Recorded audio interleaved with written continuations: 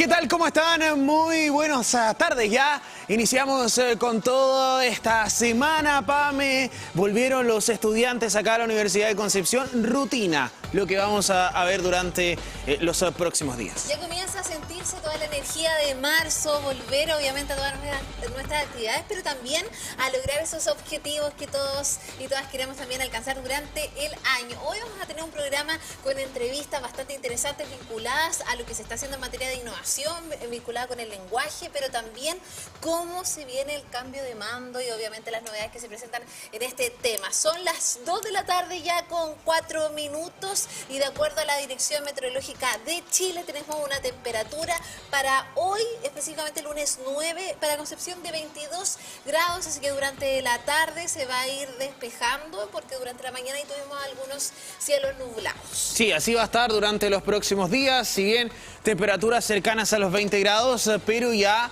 el cielo despejado irá dando paso a nubosidad parcial.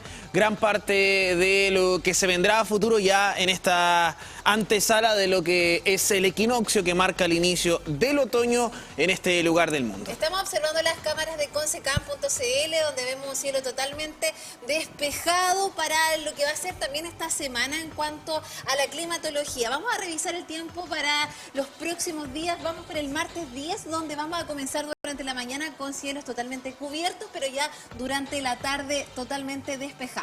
Bueno, y la mañana, como tú lo mencionabas, noche despejada, a eso de la jornada matutina ya comenzará la nubosidad parcial con una mínima de 11, máxima de 21 grados para miércoles. Y en la noche, eso sí, Pame, se cubre el cielo de nubosidad y ya se mantendrá al menos para el día jueves. Para el día jueves vamos a tener una máxima de 20 grados, vamos a tener cielos totalmente cubiertos, pero y además hay que mencionarlo, hay viento entre 25 y 40 kilómetros por hora de acuerdo a la información que nos entrega la Dirección Meteorológica de Chile, que tú también puedes ir a revisar a través de meteochile.cl, donde ellos están actualizando obviamente información minuto a minuto. Sí, siempre recordar, también aproveche de revisar los indicadores ultravioleta para lo que es la utilización de la protección solar y en particular el tipo de bloqueador que tiene que utilizar para cada día. Estamos acá en Concepción con radiación entre 8 y 10, esto significa muy alto, está en color así que fucsia, ya que nos indica que hay que protegernos. Recuerde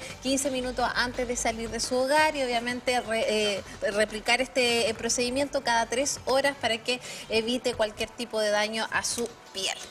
Aprovechar ahí también obviamente el datito, ya que está complicado el tema de la radiación ultravioleta. Yo la verdad estuve poca exposición al sol, pero se siente la intensidad.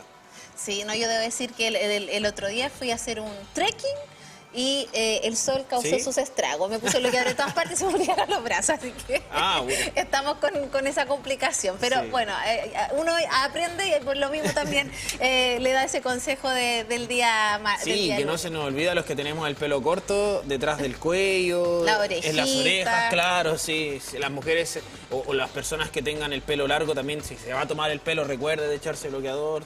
Ahí hay que pasar el datito, porque si no, pasan esas cosas. Oye, queremos los pasar... pies igual. Los pies sí, también. Hay gente... El cuerpo entero. Claro. El cuerpo entero. Vamos a hacer una revisión de los medios UDEC, los medios de la Universidad de Concepción. Vamos a comenzar con TVU Televisión. Presidenta de la Corte Suprema, Gloria Ana Sebetxit Ruiz, ya estuvo aquí en Concepción y lideró la conmemoración del Día de la Mujer en el marco de lo que fue las actividades vinculadas a la UDEC.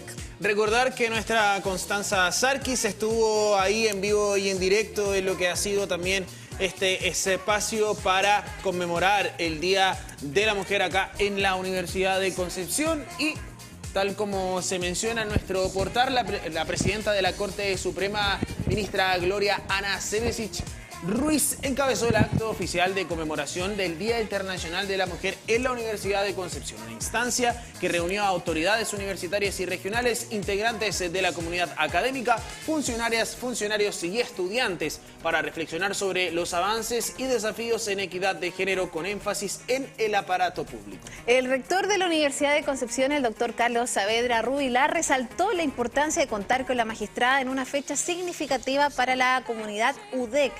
menciones y obviamente él indica, el 8M se ha constituido como uno de los hitos esenciales del quehacer universitario para mostrar los compromisos y los avances que sostiene nuestra institución con la equidad de género, con la eliminación de barreras para el desarrollo de las personas en nuestra universidad y erradicar toda forma de violencia para promover la convivencia armónica. Palabras del doctor Carlos Saavedra Rubilar, rector de la Universidad de Concepción.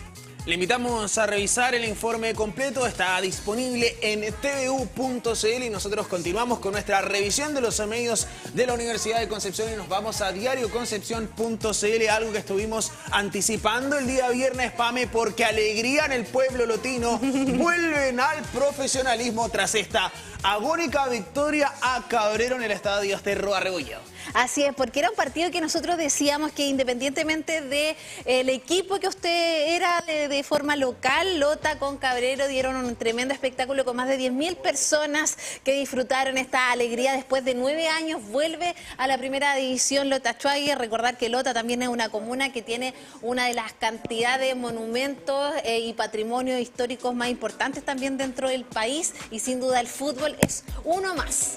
Histórico lo que se vivió en el Estadio Alcaldesa Asterro Arrebollado. Se fueron a penales. No, tremendo, fue agónico, fue un partido trabajado, trabado, la verdad es que fue emocionante. Yo vi un par de minutitos del partido y no, entretenidísimo lo que se vivió y además felicitar al equipo de Lota Schwager ahí, dirigido por Renato el Tiburón Ramos, que tuvo también ahí un momento en donde le echaron ahí un cooler con agua, parte de las características, tradiciones del fútbol y del deporte. Queríamos mostrarle esta nota porque vamos a estar detallando también más adelante lo que ocurrió en el partido también. El partidazo. Claro, el partidazo. algunos detalles, algo que se nos haya escapado quizás, porque obviamente nuestro equipo ahí estuvo en terreno también para poder cubrir este encuentro. Lo vamos a estar detallando así en breve, Pame. Y vamos a pasar también a Radio UDEC 95.1, uno de los medios de la Universidad de Concepción, porque la música clásica se vive desde la UDEC con este nuevo proyecto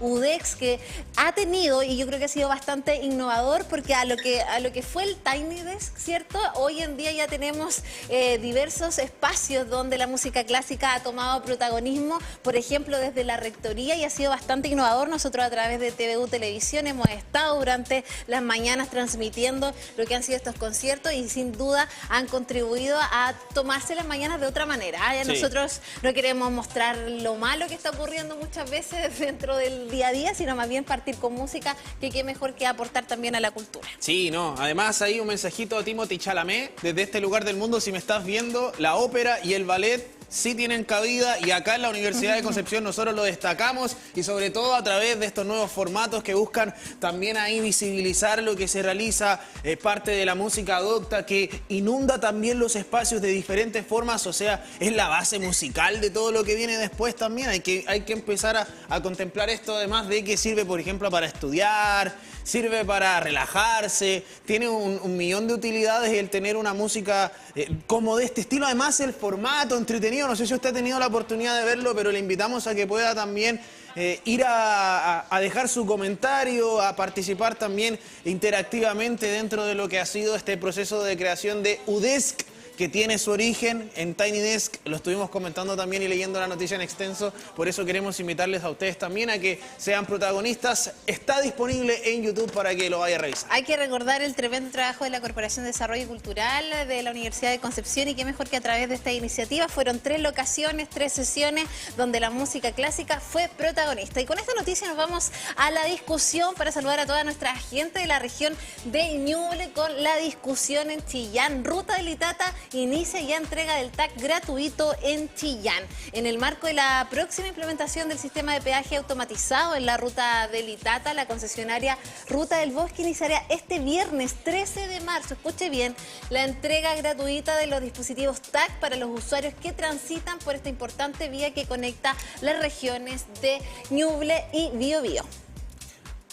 El anuncio se realizó este lunes durante la inauguración de la oficina comercial de Ruta Paz en Open Plaza Chillán, actividad que contó con la participación del Seremi de Obras Públicas de Ñuble, Freddy Helves, y el gerente general de la concesionaria Ruta Bosques del Itata Juan Antonio Vasconcelos. Una medida que forma parte de las acciones previas a la puesta en marcha del sistema de telepeaje Free Flow, que comenzará a operar el próximo 15 de agosto en el peaje Agua Amarilla. Así que noticias en todos los medios de la Universidad de Concepción, la discusión para que usted también vaya a visitarlos y por supuesto también a conectarse a través de todas sus multiplataformas digitales desde TVU Televisión. Y quiero saber, Mati, porque tú estuviste durante la mañana, te vimos también en terreno, este reingreso, ¿cierto? El ingreso más bien de los estudiantes a la Universidad de Concepción. Habían algunos puntos también bastante complejos en materia de conectividad, sobre todo harta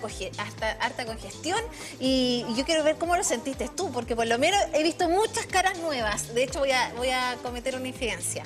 Estaba en el casino, acá en el Centro de Vida Saludable, y habían alumnos como de segundo, tercer año, de no sé de qué carrera eran, pero decían, oye, ¿te has dado cuenta que ahí llegaron los mechones y hartas caras nuevas? Decían. Así que ya se están conociendo. Claro. Mira, lo primero, yo creo que a quienes tuvimos la oportunidad de vivir esa experiencia en algún momento de nuestras vidas, nostalgia. Yo creo que lo primero, nostalgia. Imagínate, estos son... uno lo nota cuando van pasando los años. Son 9 años desde que yo viví esa experiencia. El otro año son 10. O sea, ya pasó hace... O sea, se me cayó el carnet. Y yo me puse a pensar y yo decía, increíble que hace 9 años yo estaba viviendo esa experiencia. Y la situación ahora del tema es bastante entretenida. Porque mira, nosotros nos encontramos con varios personajes de la Universidad de Concepción. Unos que venían desde Bolivia y Ecuador. Otros que estaban ahí medios perdidos, que no sabían dónde estaba la sala, que se comenzaron a agrupar con otros compañeros para poder encontrar dónde tenían que ir a clase. Llegaron tarde porque no sabían ubicarse. Que la sorpresa más grande para ellos fue que la universidad era muy grande, decía. Eso nos dijeron, la universidad es muy grande, no sabemos cómo llegar de un punto a otro porque nos cuesta, entonces se perdían. Y también lo que notamos fue que hubo organización. Por ejemplo, la carrera de licenciatura en matemáticas, ellos a través del grupo de WhatsApp eligieron un punto y con un cartelito que decía matemáticas se acercaron otros. Y los otros miembros ahí obviamente de la comunidad. Y además habían otros ya más organizados que iban con carteles recorriendo, que se habían juntado, que llegaron bien temprano y que comenzaron a hacer 2 tipos de recorridos. Uno por las facultades y otros por la universidad. Y ahí se daba que había gente que estaba entrando por primera vez, que no había venido a los días previos tampoco, y otros que ya conocían, así que se empezaron a formar los grupos, algo bien entretenido también que se vive hoy. Oye, y tú además estuviste hablando ahí con la encargada de la DICE, ¿cierto? Nuestra querida Cecilia, la directora, donde nosotros también damos un abrazo, obviamente, para recibir a toda esta generación 2026. Y recuerden que tú puedes visitar también la página de la DICE, www.dice.cl, donde la UDEC obviamente te acompaña y te entrega obviamente toda la información respecto a los servicios y actividades que se van a estar desarrollando, como lo vemos acá en el Instagram también de la DICE UDEC, porque ya sabemos, indican que la universidad es un momento lleno de emociones, amistades, desafíos y espacios también para descubrir todas estas historias. Sí, mira, vamos a revisar lo que aparece aquí en pantalla, porque eso fue parte de lo que estuvimos conversando con Cecilia Pérez, directora de la Dirección de Servicios Estudiantiles de la Universidad de Concepción, porque mira, dice, motívate y participa. Primero, la 4ª versión del Festival de la Voz Universitaria. Para esta oportunidad se extiende a toda la comunidad, no solo a los alumnos y alumnas mechonas o mechones. Ahí, atentos, atentas, es para toda la comunidad. Juegos deportivos, los característicos juegos mechones. Yo participé en fútbol, ¿tú? Recuerdo que yo fui Miss. Miss. Dentro de Mira, perfecto. Campaña preventiva de salud. Eso en el marco también de lo que es el tema de acercar los servicios estudiantiles a la comunidad para que sepan que están disponibles. Se van a hacer operativos de salud para que usted también pueda tenerlo en consideración. Stands informativos, charlas en facultades y equipo conecta con la DICE. Además, Pame, le vamos a sumar un hito, porque ya está la fecha de la bienvenida Mechona 2026. Será el próximo 15 de abril. próximo 15 de abril, así que a prepararse para esa bienvenida a la generación 2026. Y recuerden que acá la universidad los acompaña y por supuesto acompaña este proceso que es tan bonito, donde se van descubriendo también desde un tema, desde un área muy personal, pero también a nivel profesional. La DICE tiene actividades programáticas, tiene un área de bienestar estudiantil, también actividades vinculadas al deporte, a la salud, así que todo lo que tú necesites en temáticas de orientación lo vas a poder encontrar aquí en la DICE, así que visita sus redes sociales y su sitio web. Sí, son 5.250 nuevos estudiantes que ingresan este año a la Universidad de Concepción, así que también ahí aprovechar de enviarles un gran saludo a quienes se retornan a sus actividades académicas. Incluso algunos nos decían que estaban ahí como no querían entrar, estaban felices en vacaciones, claro, tienen que volver al estrés académico. Y otros que también ya comienzan su rutina universitaria, comienzan a conocer la ciudad también, porque muchos vienen de fuera por primera vez, así que agradecer la oportunidad de poder conversar con ellos. Algunos nos contaban un poco de su vida y además también felicitarles por lo que viene de aquí hacia el futuro. Y otros que también preparan sus panoramas para este fin de semana, porque la Orquesta Sinfónica de la Universidad de Concepción ya inició su temporada sinfónica y vamos a comenzar con este sinfónico número 1, Un canto heroico, por Iván López, director de México, quien realiza su debut en Chile y que sin duda nos va a sorprender con una de las batutas latinoamericanas más destacadas también de su generación, y además fue recientemente nombrado director titular de la Ópera de Atlanta, con presencia también en escenarios totalmente internacionales. Y además va a estar Elinor de Melón, que va a ser parte también del violín. Recordar que va a estar Tchaikovsky con su concierto para violín, que regresa justamente acá a Concepción para enfrentar este desafío. Entradas en boletería del Teatro UDEC y en ticketplus.cl. 2 funciones, viernes 13 de marzo y sábado 14 de marzo, 18 horas, nuevo horario, mire, ahí también lo remarcan desde la Corporación Cultural de la Universidad de Concepción. Ya lo sabe entonces, Un canto heroico este día viernes 13, 19 horas y el sábado 14, 18 horas en el Teatro de la Universidad de Concepción. Tremendos panoramas y actividades que vamos a estar desarrollando desde la ciudad de Concepción para todo Chile, también en conjunto con este trabajo colaborativo entre los diversos medios de la Universidad de Concepción. Y así como se están desarrollando muchas actividades, hay gente que está innovando, que está cambiando las formas también de enseñar, y el día de hoy tenemos 2 grandes invitados. Nos acompaña Marcela Cabrera, ella vicedecana de la Facultad de Humanidades y Arte. ¿Cómo estás, Marcela? Qué gusto tenerte acá. Muy bien, gracias por la invitación. ¿Primera vez en el estudio? Primera vez. Feliz de recibirte. Claro. Ya feliz de estar. No, felices, totalmente. Y también nos acompaña Jaime Gómez, coordinador del Grupo Prime del Departamento de Idiomas Extranjeros. ¿Cómo están? ¿Qué tal? ¿Cómo está? Muy bien, también aprovecho de mandarle un saludo a la gente de Lota, estar muy contentos también. Yo lotino, entonces para nosotros lotino es importante lo que pasó este fin de semana. Felices todavía, Lota, una fiesta. Feliz, sí. Y quiero que nos puedan contar respecto a esta plataforma que se está desarrollando, que específicamente la desarrollaron desde la Facultad de Humanidades, ¿cierto? Y Arte, para enseñar gramática en inglés y sobre todo acercar esto a la comunidad, que es tan relevante hoy en día en un mundo que está globalizado y donde al final todos estamos muy conectados, Marcelo. Exactamente. Bueno, este es un proyecto que nace, digamos, por la necesidad que tú puedes observar en los estudiantes, un poco para fortalecer todo el tema de la gramática y todas sus estructuras. Entonces nosotros estamos empezando con este proyecto. La verdad, la idea es aplicarlo a los estudiantes de primer año, que es donde más hemos observado una cierta inseguridad a ratos. Entonces esto viene un poco a reforzar sus habilidades, a poder establecer, digamos, ciertas estrategias de aprendizaje que les sirvan para la gramática en sí y en realidad para la enseñanza de idiomas extranjeros en general. Así que en primera instancia, la vamos a aplicar en los primeros años y ahí vamos a ir piloteando a ver cómo se da y poder extenderlo, digamos, a los otros niveles.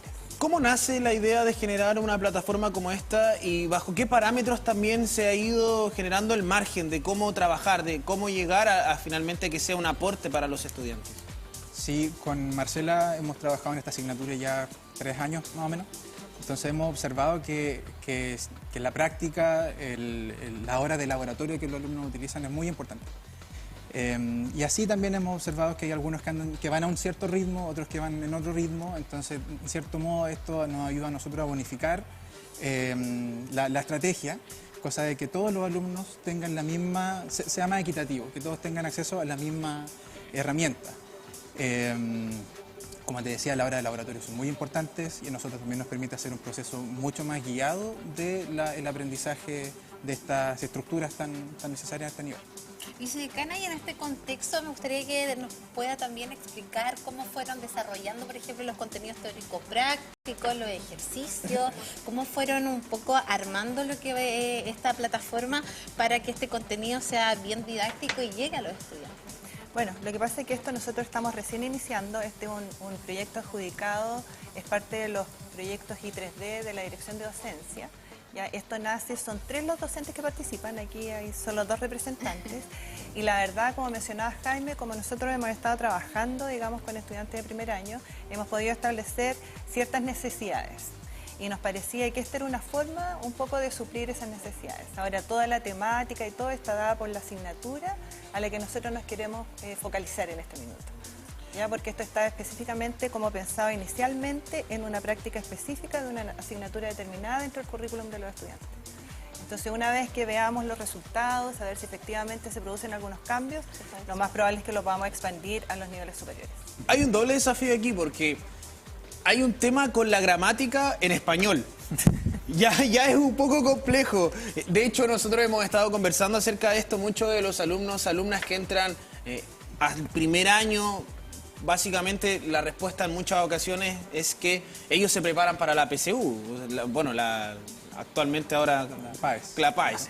Pero ellos se preparan para la PAES, que básicamente son alternativas, entonces ya vienen con un sesgo de gramática en el idioma base, entonces ¿cómo ustedes también proyectan ahí aportar desde el inglés, considerando el doble desafío que esto significa? Bueno, sí, es un problema multifactorial, la verdad, porque son muchas cosas las que pueden afectar el aprendizaje bueno, en este caso serían 2 tipos de lengua, ¿cierto? Es difícil porque hoy en día todo lo que son medios digitales hacen un cierto daño en la gramática de la lengua materna, ¿cierto? Hemos notado que a muchos alumnos les cuesta mucho escribir en español y nosotros pues llegamos acá y escriban un ensayo, ¿cierto?, en inglés, entonces lo complejiza mucho más. Entonces, bueno, en nuestro contexto de lengua extranjera, nosotros sí creemos que esto va a tener un efecto muy positivo porque estas estructuras básicas se tienen que poder manejar porque sientan los cimientos después de los niveles más avanzados que vienen después. Claro.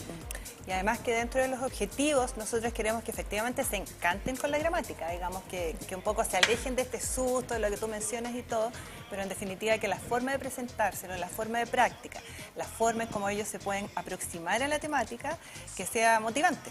Claro. Entonces eso, digamos, estamos jugando un poquito a las 2 cosas. Mientras más motivados, más posibilidades de aprendizaje, más posibilidades de adquisición, de internalización, digamos, de la estructura y eso. Así que a eso estamos apostando, pero lo tenemos ahí que chequear.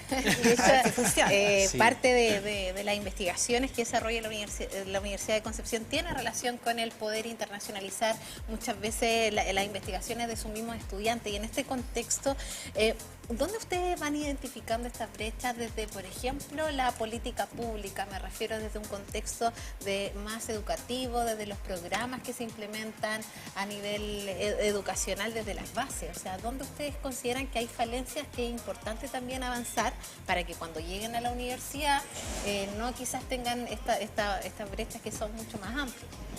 Bueno, la verdad, mira, yo te puedo hablar de la parte de la enseñanza de un idioma extranjero. Nosotros tenemos estándares internacionales que los tenemos como meta, en el fondo. Se supone que dependiendo del nivel en que el estudiante se encuentra en nuestra carrera, ese es el contexto en el que estamos trabajando, se deberían alcanzar ciertos niveles que están absolutamente determinados, desde diferentes, digamos, perspectivas, que sea desde la comprensión escrita, etcétera, todas las habilidades. Entonces, la verdad, nosotros hacemos una suerte de comparación para establecer el gap que existe entre los resultados obtenidos y el nivel que nosotros esperábamos. Claro. Entonces, ahí nosotros podemos identificar las áreas de falencia y establecer, digamos, ideas, proyectos, estrategias, digamos, para ir mejorando y que esta brecha se acorte, en ese sentido. ¿Y dónde están las falencias? O sea, te puedo explicar dónde presentan mayor dificultad, pero en realidad a mucho orgullo en la carrera, la verdad, los objetivos que se logran al final, el nivel que logran los estudiantes es muy bueno. Sí, muy bueno. Sí. ¿Cómo se complementa esto también con las plataformas disponibles ya y que se van actualizando, por ejemplo, con el CFRD dentro de la malla curricular? ¿Cómo genera ahí un vínculo, considerando que esto está enfocado hacia allá, pero que también permite que los alumnos, los estudiantes generen una base para poder tener un manejo en el idioma que sea adecuado para poder mantener también un avance en el ámbito profesional académico? Sí, nosotros de hecho conversamos con la gente del CFRD durante la postulación de este proyecto y se trabaja con la plataforma Canvas que ya los alumnos tienen acceso acá en la universidad. Pero nosotros también quisimos darle, en el tipo de ejercicio para poder practicar, nosotros queríamos complejizarlo de cierta manera porque la plataforma Canvas tiene algunas limitaciones. Entonces primero también conversamos con ellos, les dijimos a ver qué otro tipo de cosas podemos implementar nosotros en la plataforma y ahí ellos nos mostraron distintas opciones. Pues nosotros lo que nos llamó mucho la atención es de que se pueden integrar distintas habilidades. Podemos usar un poco de listening para que después ellos puedan responder de forma escrita. Podemos hacer clips en videos, cosa que después hacer algún tipo de actividad con ese clip en particular. Entonces son cosas que nos sirven para complementar lo que ya se les entrega en cierto modo con la plataforma del CFRD. Y lo bueno acá es que ellos ya están en el CFRD, tienen experiencia haciendo estas cosas, diseñando todos estos materiales. Entonces yo creo que sí, tenemos no es tanto como algo, si bien estamos en la etapa inicial del proyecto, es algo que se puede trabajar y se puede lograr. Y se decana usted como líder de proyectos junto a estos docentes también colaboradores que evidentemente quieren abordar una problemática para ir avanzando en yo diría como en el impacto también de los estudiantes. ¿Cómo fue ese proceso creativo de ir seleccionando los contenidos, de que esos contenidos al final tengan ese impacto también en cada uno de ellos y ellas? Bueno, como les mencionaba al principio, esto nace de una asignatura específica. Por lo tanto, los contenidos no tuvimos mucho que pensarlo porque nosotros veníamos como a reforzar lo que la asignatura entregaba.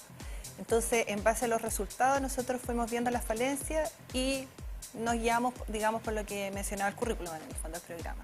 Entonces, estamos partiendo de esa base. Y ahora, ¿por qué esta asignatura y no otra?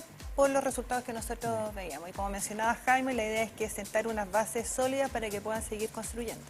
Entonces nos pareció que empezar por el primer año era lo que tenía que hacer. Y la temática son las dictadas por el currículum. Entonces eso fue. Así que estábamos como bastante guiados. Por eso tenemos que ver los resultados que están acá y si son extrapolables, digamos, a los otros niveles y eventualmente, digamos, así a toda como... la universidad. Claro. Sería un sueño. O sea, sí, pero estamos aquí como en la etapa number one. Así que ¿No podemos revelar los secretos? no, todavía no. Oye, ¿cómo lo ha tomado la comunidad estudiantil? ¿Cómo ha sido el feedback? Es que todavía no se Todavía entera. no. Pero no han Estamos- conversado, no le han dicho, oye, vamos a implementar esto todavía. No, porque Vale. recién este año va a ser toda la etapa de diseño de la herramienta. Ya. Y durante el segundo semestre esperamos poder tener nuestro piloto. Va a ser ahí con un grupo de alumnos y ahí recién vamos a empezar a recibir feedback. Ya, perfecto. Nosotros, de todos modos, sí, durante los años que hemos hecho la asignatura, sí hemos recibido comentarios de que es necesario tener un poco más de práctica, sobre todo para mejorar la autonomía al momento de estudiar. Muchos alumnos estudian fuera, ¿cierto? Saben que esta asignatura puede ser un poco más difícil, entonces valoran más de que haya una cosa más institucional donde ellos puedan recurrir a solamente ir a, no sé, por alguna página en particular y poner, A un curso. hacer un curso. Entonces, por eso sí, son muchas cosas las que se toman en consideración. Y si decana en este contexto para ustedes, ¿qué se siente poder contribuir desde esa área y sobre todo a contribuir al desarrollo de estudiantes que van a tener impacto en muchas áreas? Educación, salud, hoy en día el inglés es la herramienta más importante también para ir creciendo dentro de alguna carrera profesional. Bueno, mira, yo creo que la satisfacción es la misma que pueden sentir cualquier docente en cualquier área. Tú quieres, en definitiva, aportar en algo a la formación de los estudiantes, aportar ese tipo de aprendizaje que efectivamente está internalizado y que ellos lo puedan extrapolar al resto de su vida cotidiana, digamos. Ahora, como específicamente se trata del inglés, parece tener como mayor influencia porque el inglés abre puertas, como había un eslogan de algún tiempo atrás. Entonces, sin duda que todo lo que tú hagas, digamos, en relación con el idioma, hasta esta familiarización, así más a menudo, todo aporta. Así que desde esa mirada, no necesariamente este proyecto, pero la verdad, todo lo que tú haces, que esto es como una cosa específica dentro de un mundo, obviamente que va a aportar. Así que, digamos, el orgullo puede ser viendo algún resultado así como específico, que efectivamente los resultados cambien, ahí, digamos, podemos conversar de nuevo, pero Claro. por el momento estamos como proyectando un poco, estamos solo en una etapa inicial. Bueno, y ahí también en otro ámbito, proyectando la educación digital, que es algo que hemos visto que la Universidad de Concepción ha generado a través de las plataformas de la Universidad de Concepción en materia tanto estudiantil como a nivel general, en formación permanente. O sea, esto es algo que también ha llegado y que se ha ido fomentando a través de diversos proyectos, y este otro ejemplo también.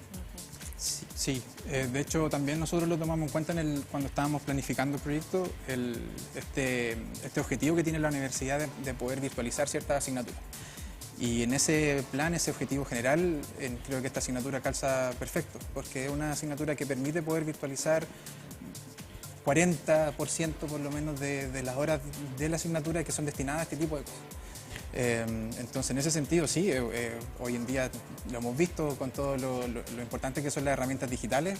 Creo que este proyecto tributa mucho a que se pueda desarrollar de esa forma. Hay mucho que avanzar, sobre todo en temas de amplificar estos conocimientos desde lo digital, pero por ejemplo para ustedes, ¿cómo ven la evolución también de aprendizaje a lo largo de los años, considerando cómo aprendieron, por ejemplo, ustedes? Yo no soy comparable.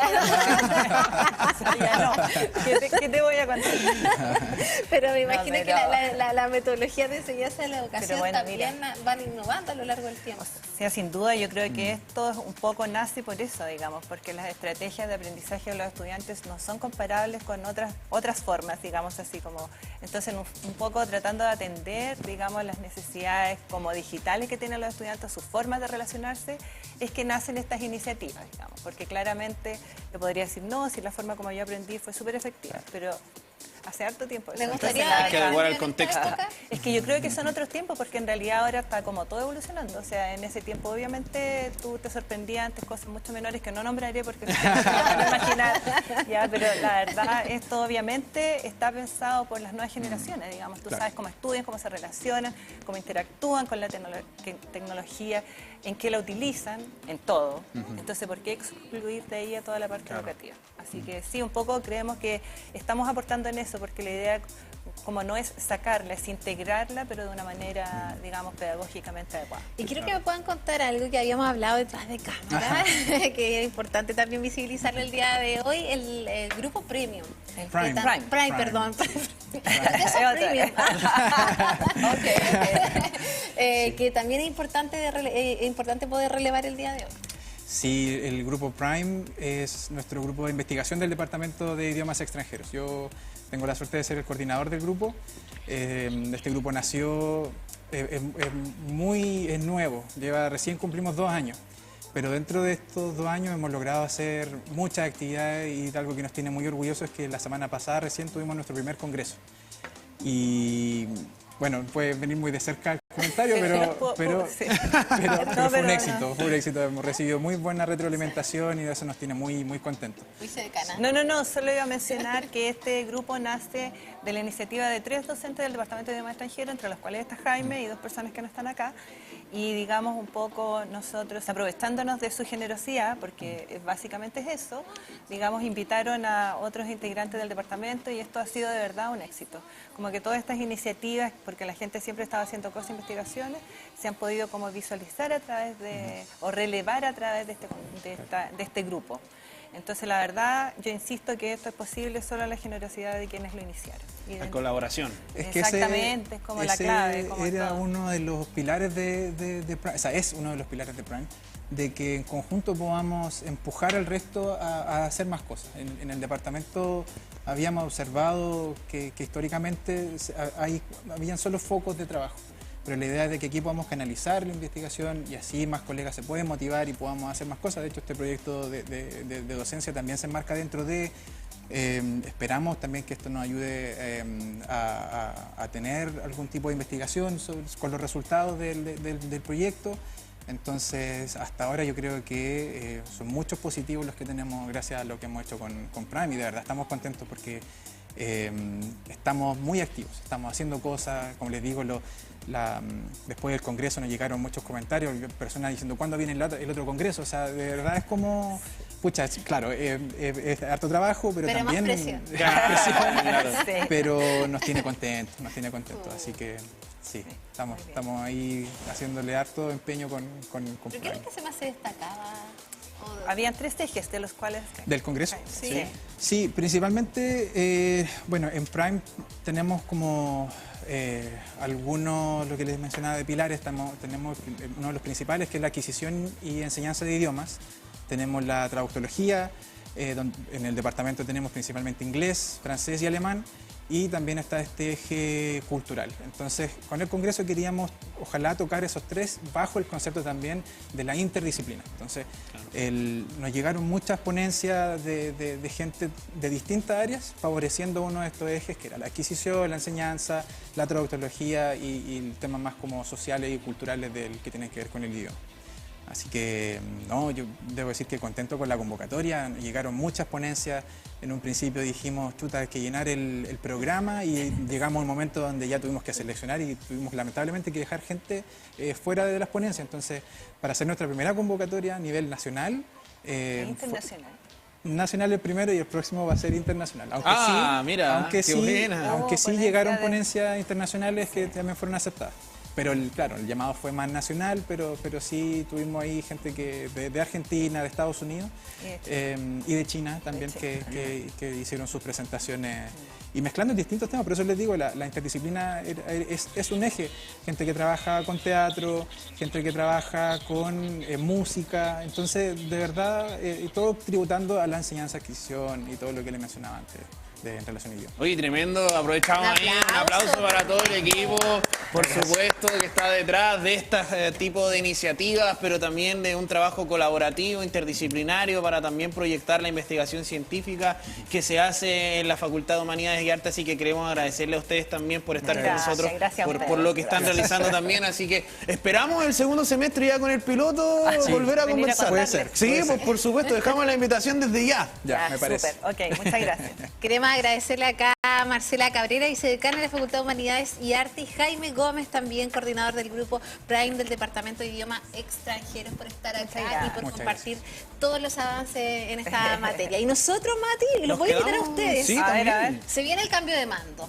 Me imagino, se están preparando. Nos podemos quedar un rato más para Y hay mucha historia, muchos hitos también históricos dentro de lo que significa esto, y es por esto que nuestros compañeros ahí, Edgardo Vargas y Constanza Sargia, estuvieron conversando con Armando Cartes respecto de los símbolos que van a marcar el cambio de mando.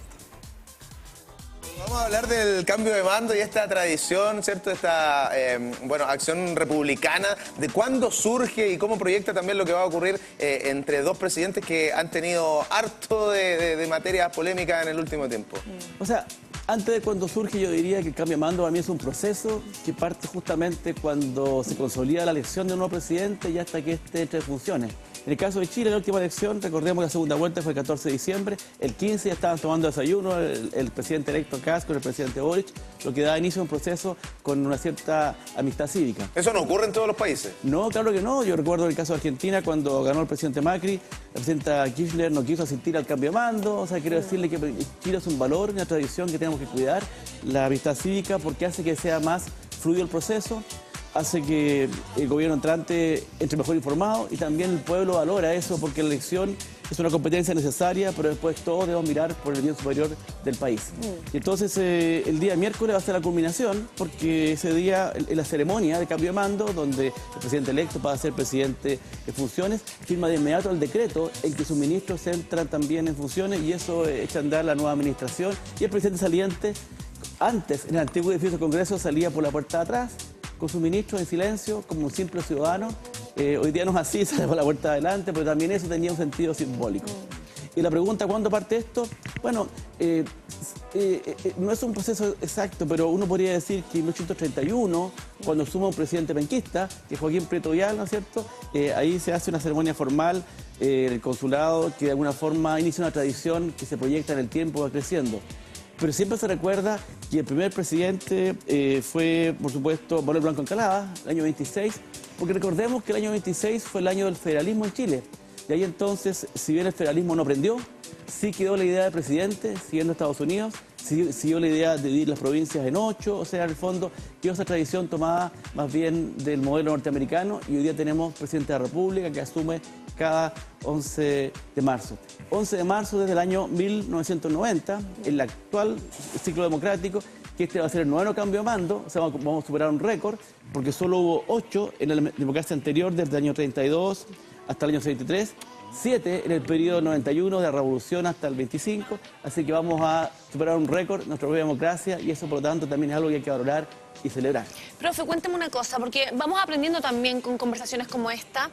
Hablamos que se lleva muchos años en esta tendencia de ir marcando un gobierno y otro. ¿Cuáles son las principales simbologías y cuáles son las cosas que han ido evolucionando y las cosas que todavía siguen y van quedando en cambios como este? Bueno, es curioso que es una ceremonia breve, dura entre 30 minutos, máximo 1 hora, no hay discursos, pero muy solemne y simbólica. Se hace desde 1876 en el Congreso Nacional, antes del antiguo edificio en Santiago, hasta el 73, y desde el 90, por supuesto, en Valparaíso. El dueño de casa, teóricamente, es el presidente del Senado, porque es la Cámara de Diputados, o el Congreso, el que le da el poder al presidente, pero como el presidente es la autoridad máxima del país, no se pone al centro el presidente del Senado, sino el presidente saliente, y después se cambia por el presidente entrante. El presidente del Senado representa al pueblo, y él entonces traspasa el símbolo del mando, que es la banda presidencial, de uno a otro. Ahora, y ahí está la banda presidencial, ¿no es cierto? Se recuerda... ¿Siempre ha sido la misma banda? Mire, se conserva incluso la que usó Bernardo O'Higgins cuando fue director supremo. Y después se utiliza esta banda desde el año 1831. Pero ahí se ve una foto en antes en que había un señor muy alto, y ese señor muy alto era el presidente Juan Luis Sanfuentes Andonaegui, que asumió la presidencia en minutos 15. Medía casi 2 metros. Y el presidente anterior, Ramón Barros Luco, conocido por otras razones, medía 1,60 m, así que la banda no funcionaba. Así que de ahí en adelante surgió la tradición que cada presidente tiene su banda y la utiliza durante su periodo en 3 momentos. Cuando asume, para fiestas patrias, y cuando rinde cuenta ante el Congreso, ¿no es cierto?, lo que antes era el 21 de mayo y ahora es en julio. Y después se la lleva. De hecho, yo he visto vendidas en eBay bandas presidenciales que son patrimonio de la familia de los presidentes. La banda la usa, ahí está el presidente Sanfuentes, ¿no es cierto? El más alto, que era bastante más alto y por lo tanto hubo que hacer una banda propia. Pero la banda es presidencial mientras tenga la piocha. La piocha es una medalla de la Legión al Mérito que O'Higgins creó, y cuando abdicó el 23 se la regaló a José Gregorio Borromeo, que es un famoso patriota de la Junta de Gobierno, y su familia se la regaló al Estado el año 1872 cuando gobernaba Federico Errázuriz y Señartu, y se le agregó. Entonces en el momento del cambio de mando se le coloca la piocha a la banda y ahí el presidente queda investido. Eso ha dado lugar a una serie de cosas simpáticas. La que no fue muy simpática, que el 23 se desapareció, y la que tenemos hoy día es una réplica. A veces se ha caído, se le cayó a Balmaceda, se le cayó a Alessandri, se le cayó a Chile y a Piñera, y se considera símbolo de mala suerte. De hecho, Piñera, cuando sube la primera vez, sus compañeros de curso, el Verbo Divino, regalaron una banda presidencial que no tenía el gancho para la piocha, y entonces no se podía enganchar, se cayó, y se considera eso una muy mala suerte. ¿Y qué le parece la polémica? A ver si podemos volver a la foto del presidente electo, porque tenemos banda con escudo. Ahí ¿cierto? está entonces la piocha, Esa es la una piocha. reproducción, sí. Se refiere a la banda con el escudo presidencial. ¿Sí? Bueno, el escudo que está ahí es el escudo de Chile, está ahí vigente de 1834. A mí no me gusta mucho porque el anterior tenía las 3 estrellas por las 3 provincias, también Concepción y Coquimbo, así que el 34 se modificó. Y la bandera presidencial tiene que tener el escudo. Donde está el presidente de la República está su bandera, por lo tanto es un símbolo presidencial.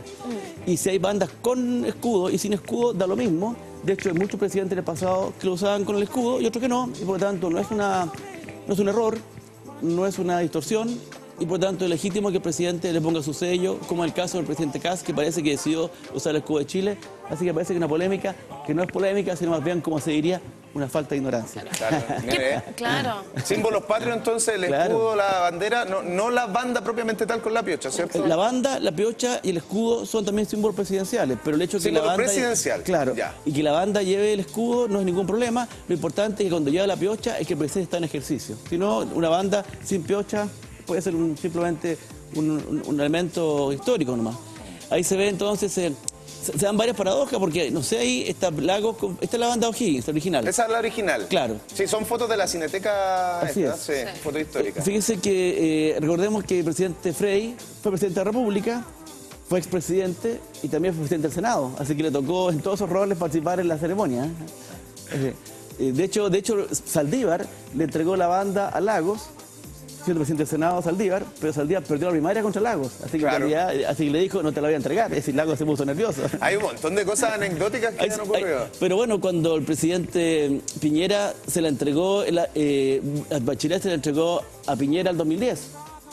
Y después Piñera se la entregó a Bachelet el 2014, le dijo, después me la devuelve. Y se la devolvió Y el así 18. fue, el 2018. Claro. ¿Cierto? ¿Quiénes más están invitados a este tipo de protocolo ceremonial? No sé cuántas personas más o menos son las que van, ¿cierto? Este tipo de hitos tan importantes para nuestro país, por ejemplo. Bueno, yo antes decía que esto es un proceso y que parte el mismo día que uno de ellos obtiene la mayoría absoluta. El presidente Caso tuvo 58%, una votación histórica. El 5 de enero de este año, el Tribunal Calificador de Elecciones proclamó al presidente Kass como presidente electo. Y esta es una ceremonia republicana también. Se hizo en el Tribunal Calificador de Elecciones de Santiago. Carmen Gloria Valladares, que es la secretaria titular del Tribunal Electoral, que fue la misma que se hizo famosa, ¿se acuerdan? Cuando se inició la Asamblea Constituyente, que no la dejaban hablar. Bueno, es la misma dama con toda su parsimonia la que presidió la ceremonia, y ahí estaba la gente de la Corte Suprema, del Tribunal Constitucional, de los poderes del Estado, los presidentes de los partidos de gobierno y de oposición, lo que demuestra también que un acto republicano, a pesar que están entregándole el triunfo al adversario. Y ahora viene entonces el miércoles la ceremonia, claramente está el Congreso, la más alta autoridad de la República, y los candidatos invitan a su gente, o sea, el presidente saliente y el entrante, y eso ha dado lugar a conflictos. Me acuerdo cuando el presidente Lagos asumió, después que fue presidente Frei Ruiz-Tagle, quien ponía más invitados, se pelearon un poco, al final se repartieron por la mitad. Uno nunca sabe de quién son los invitados, porque todos están iguales, salvo cuando asumió Patricio Aylwin, porque el general Pinochet hizo que sus invitados fueran con frac, con smoking, o sea, de manera más elegante, y en cambio los invitados de Aylwin más con traje de calle, así que uno sabía quién era quién por la pinta. Hoy día a los hombres se les recomienda un traje de corbata de calle de día, colores oscuros, y a las mujeres un traje más pastel. Así que quiero decirle que hasta eso está regulado. Claro, el dress code. Y los invitados, bueno, de alguna forma, aparte de autoridades republicanas y los parientes y amigos y autoridades políticas, demuestra también la jerarquía del presidente a quién logra convocar. Recordemos que el presidente Boric contó con la presencia del rey de España, Felipe VI. En los casos anteriores ha venido 2 veces el rey de España cuando todavía era Juan Carlos de Borbón. Que hay un impasse con él porque ya está viejito y no había rampa para personas discapacitadas, y tanto él como el presidente Lenín Moreno de Ecuador tuvieron que entrar por atrás porque se nos olvidó poner una rampa, digamos, para personas con discapacidad. Vendría claramente el rey de España, viene también el presidente Milei. Se pensó que iba a venir Marco Rubio, que más es el canciller, el secretario de Estado de Estados Unidos. No viene él, pero viene su secretario, que es el Christopher Landau. Viene el secretario de Guerra, viene una tremenda delegación norteamericana, y por supuesto el Brandon Youth, que es el embajador. Los Estados Unidos da una señal de apoyo con una nutrida delegación, no así viene el canciller. El presidente Trump nunca viene a asunciones de mando del presidente de Sudamérica, es un dato. Se había invitado, eso sí. Sí, pero no tiene tradición de asistir. El presidente Bukele tampoco viene. Está metido en varios líos, el presidente Trump tiene guerras por aquí y por allá, así que está muy ocupado. Parece que ha hecho un esfuerzo grande el presidente Kass de que venga Lula da Silva de Brasil, pero sin duda vienen varios presidentes, jefes de Estado, y va a ser un acto republicano que genera un gran problema de tráfico, pero va a ser un éxito. Eso en Valparaíso, me parece a mí, el día miércoles a las 12 del día. Así es. ¿Y qué hay del ambiente que se ha generado a propósito de la polémica del cable submarino que tiene a China y Estados Unidos involucrados también? Bueno, ayer hubo una reunión de urgencia que se señaló que la actual administración le había pedido al presidente Katz, ¿cierto?, que no podían esperar hasta después del cambio de mando o hasta ese día, sino que tenía que ser para hablar de diversas temáticas, y el presidente Katz señaló que es materia de análisis posterior al cambio de mando lo que ayer ocurrió en La Moneda. Bueno, ahí ese es un tema más bien de política contingente, el cual yo soy un ciudadano más que puedo opinar, pero mi opinión es que estos actos republicanos a cambio de mando no deben ser empañados por eventos de política contingente, por graves que se estimen. Yo creo que tanto el gobierno como la oposición hizo el punto político al declarar cómo entendía los eventos y su gravedad, pero en ningún caso eso debió haber tenido, en mi opinión, también la opinión de gente incluso del oficialismo nuevo, entrante, las bilaterales, porque una transición fluida ayuda a una mejor gestión, sobre todo la ayuda al gobierno que entra, ¿no es cierto? Y por lo tanto me pareció a mí que no se debió haber suspendido la transición por este evento después de hacer presente la posición de cada uno. Por eso me alegré de saber que ayer hubo una reunión entre los presidentes, con lo cual se bajó un poco la tensión, pero yo creo que las reuniones pendientes ya es difícil realizarlas y es difícil pedirle a ministros que ya no lo son, que se siguen reuniendo, hacer una cosa de buena voluntad, tendrá que entregar su reporte. En todo caso, no es tan terrible porque cuando asumió el presidente Elwin, ahí La Moneda estaba vacía, los computadores estaban todos borrados, así que algo hemos progresado. Profesor, una consulta importante también que tiene relación a lo que ocurre antes y el después de este cambio de mando. ¿Cuál es la importancia de la comunicación entre los presidentes? Como hemos ido hablando, han habido un par de controversias. Ayer parece que como que de mejor, exactamente, se limaron las perezas, pero ¿cuál es la importancia de todo este proceso de transición que implica el cambio de mando? ¿Y de qué manera tiene que haber una comunicación efectiva entre ambos presidentes para dejar, obviamente, las cosas cimentadas de la mejor manera para poder seguir entonces con todo este proceso de un nuevo presidente de la República? Es complejo porque esta es una de las transiciones más polarizadas que hemos tenido, una de las elecciones más polarizadas, con lo cual se espera mucha dureza. El gobierno que entra está anunciando todo tipo de auditorías, ¿no es cierto?, los ministerios, que la Contraloría, y eso genera una crispación. Pero siempre ocurre un poco esto cuando entra un gobierno nuevo, el mismo hecho que tengan que despedir a tanta gente, genera mucha gente abandona el buque antes, tampoco está ahí para explicar cómo quedó la cosa. Yo he visto que están regresando los embajadores ya de antes, por lo tanto. Pero sí, una cosa que les quiero contar. En Chile, la continuidad del Estado en Chile no está asegurada tanto por las figuras políticas de primera línea, los ministros o los embajadores, sino el cargado de delegación, que es un funcionario diplomático de carrera, o bien el subsecretario. Siempre se recuerda el periodo pseudo parlamentario en que los ministros rotaban y se iban, y uno se pregunta cómo el país iba progresando, hicieron ferrocarriles, liceos, porque el subsecretario se quedaba y entonces así el Estado tenía su continuidad. Por eso no hay que perderse entre lo que es el gobierno político contingente y lo que es el Estado, lo que debe continuar y lo que le da al Estado su trascendencia, que en el caso de Chile es importante porque tenemos gobiernos muy cortos, de 4 años, y muchas elecciones, como 18 elecciones en 3 años, necesitamos continuidad, política de Estado, y yo espero que el profesionalismo de los funcionarios del Estado y también la altura de mira de los políticos que van y que asumen ayude a paliar esas circunstancias. Es súper importante lo que usted mencionó, porque yo creo que se comprende muy poco la diferencia entre el gobierno, la administración, ¿cierto?, entrante o saliente, y el Estado propiamente tal. Incluso de la diferencia de los poderes que existen, ¿cierto?, desde el legislativo, el ejecutivo, el judicial. Yo creo que falta también mucho ahí de educación cívica, ¿no? Bueno, lo que falta es que el Estado se profesionalice, se modernice, haya más continuidad y no estemos considerando al Estado un botín ni jugándonos todo el destino cada 4 años, que cada 4 años cambie la política educacional, ambiental, de salud, lo que sea. Pero es interesante ver el cambio de mando de la perspectiva regional también. Porque yo le decía que este es un proceso que va más allá de la ceremonia. Claro. Fíjense que hay una disyuntiva que todavía no se ha resuelto aquí el miércoles. ¿Quién le va a entregar la banda al presidente Katz? Porque lo hace el presidente del Senado. El presidente del Senado, Sandón, va de salida.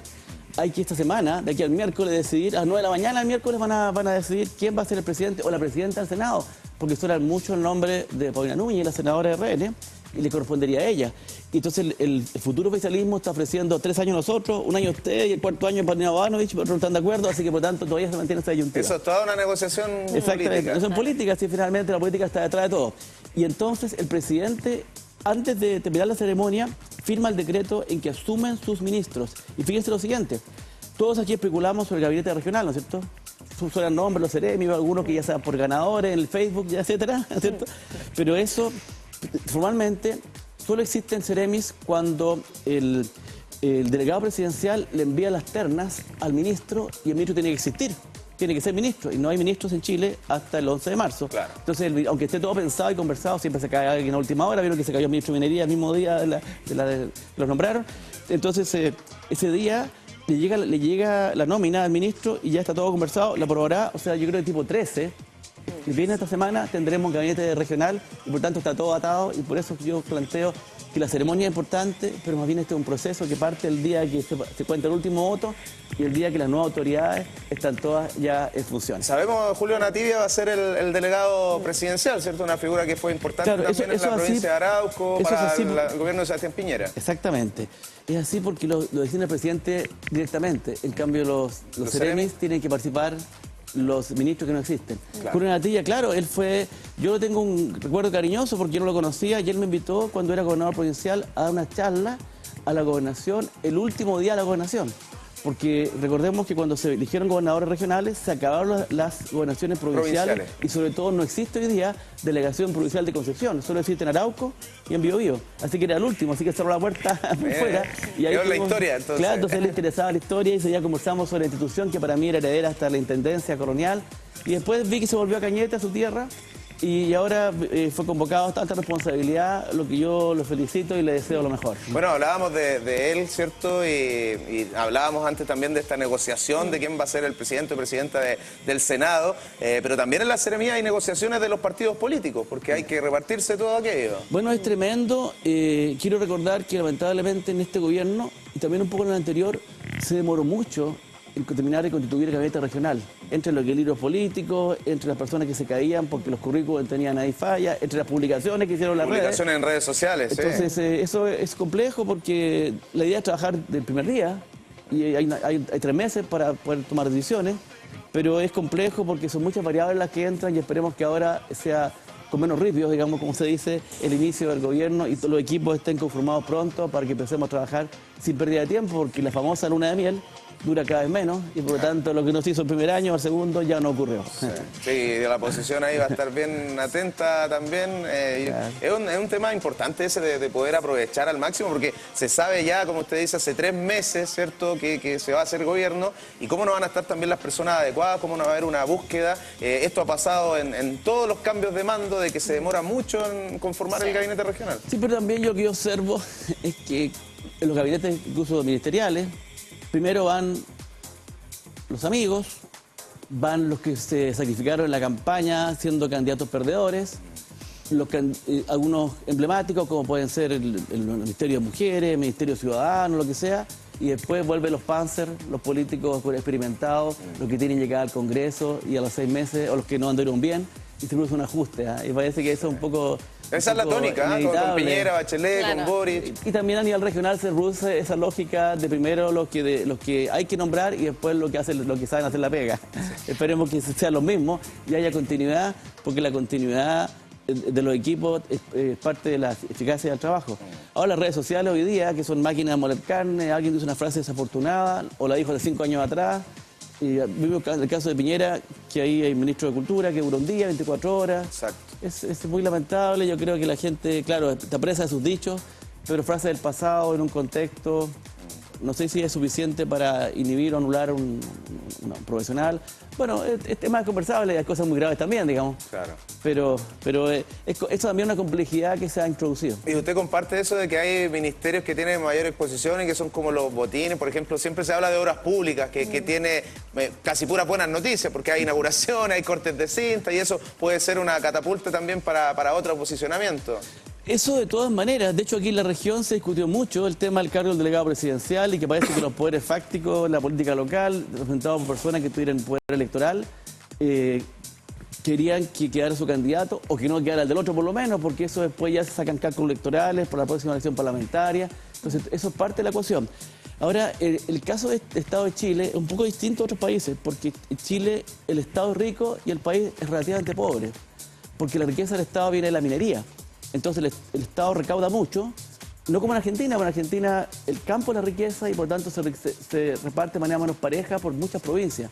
Aquí el Estado construye carreteras maravillosas y al lado 9 poblaciones. Muchos de los ingresos de las personas más modestas en Chile son transferencias directas del Estado. Por eso el Estado, perdón que lo diga, es como un botín. Y por eso entonces la posibilidad de gastar hace toda la diferencia, y vivienda, obras públicas, desarrollo social, recordemos que ahí decía Joaquín Lavín, ¿no es cierto? Son ministerios que se asocian a una gran visibilidad pública, pero no siempre es así, porque también da la posibilidad de equivocarse cuando uno no reconstruye a tiempo, cuando no reacciona a tiempo. Oye, si el presidente se acuesta a la noche y se levanta a las 8 de la mañana, es que no apareció. Claro. Estamos muy exigentes. Uno ve que en las redes sociales hay gente que se dedica a tener una doble vida. Exacto. Y a criticar a sus propios jefes. O sea, hay una locura también. Pero es efectivo que hay ministerios más anhelados que otros, y eso que tienen alto presupuesto, sin duda que lo son. Profesor, ¿qué es lo que podemos esperar entonces de este día miércoles, pensando en que ya va quedando 2 días, un poco menos de 2 días, para este cambio tan importante para nuestro país? Bueno, a veces hay una frase que dice que no news is good news. O sea, cuando no hay noticias, buena noticia.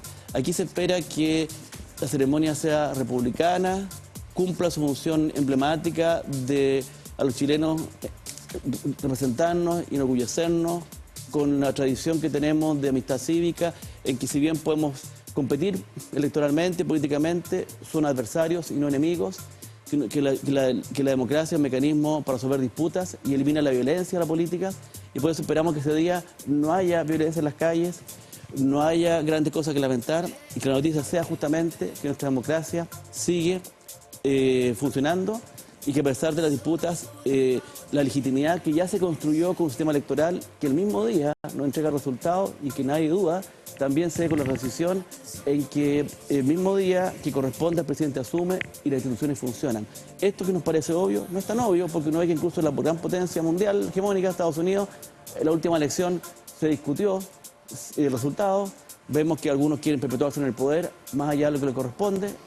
Eso en Chile no ocurre, no ha ocurrido, y por lo tanto, más allá del acto mismo, nuestro sistema político, nuestras instituciones, que por muchos aspectos han sido criticadas y están en crisis, también tienen cosas buenas, y entre esas cosas buenas está el sistema electoral, pero también la transición democrática de un gobierno a otro, que hoy día, como le decía, bate un récord, porque vamos a tener 9 sucesiones de gobierno tranquilas, y eso merece celebrarse. Estuve a punto de no tenerla, porque el presidente Piñera en su segundo periodo estuvo a punto de ser despojado del poder o abandonarlo, lo que quiere decir una tragedia para nuestra democracia.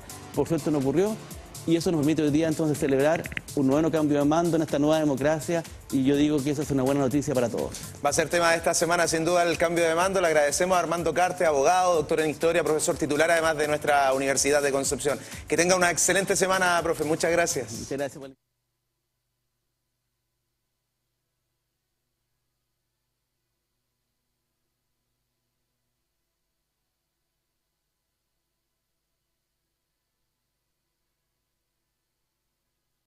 Cuando miramos el mar, ¿qué vemos?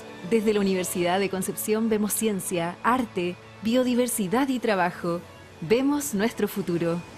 Nos preguntamos por la vida en sus profundidades y buscamos descifrar sus misterios para crear conocimiento y progreso. La UDEC y su comunidad científica te invitan a mirar el mar, valorarlo y cuidarlo, porque su presente sustenta nuestro mañana.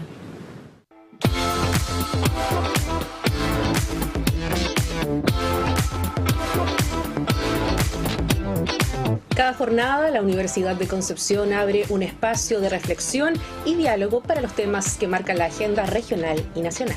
Ahora, ese mismo espacio de Radio UDEC también se transmitirá por TVU. Entrevistas, opinión y actualidad en Nuestra Pauta.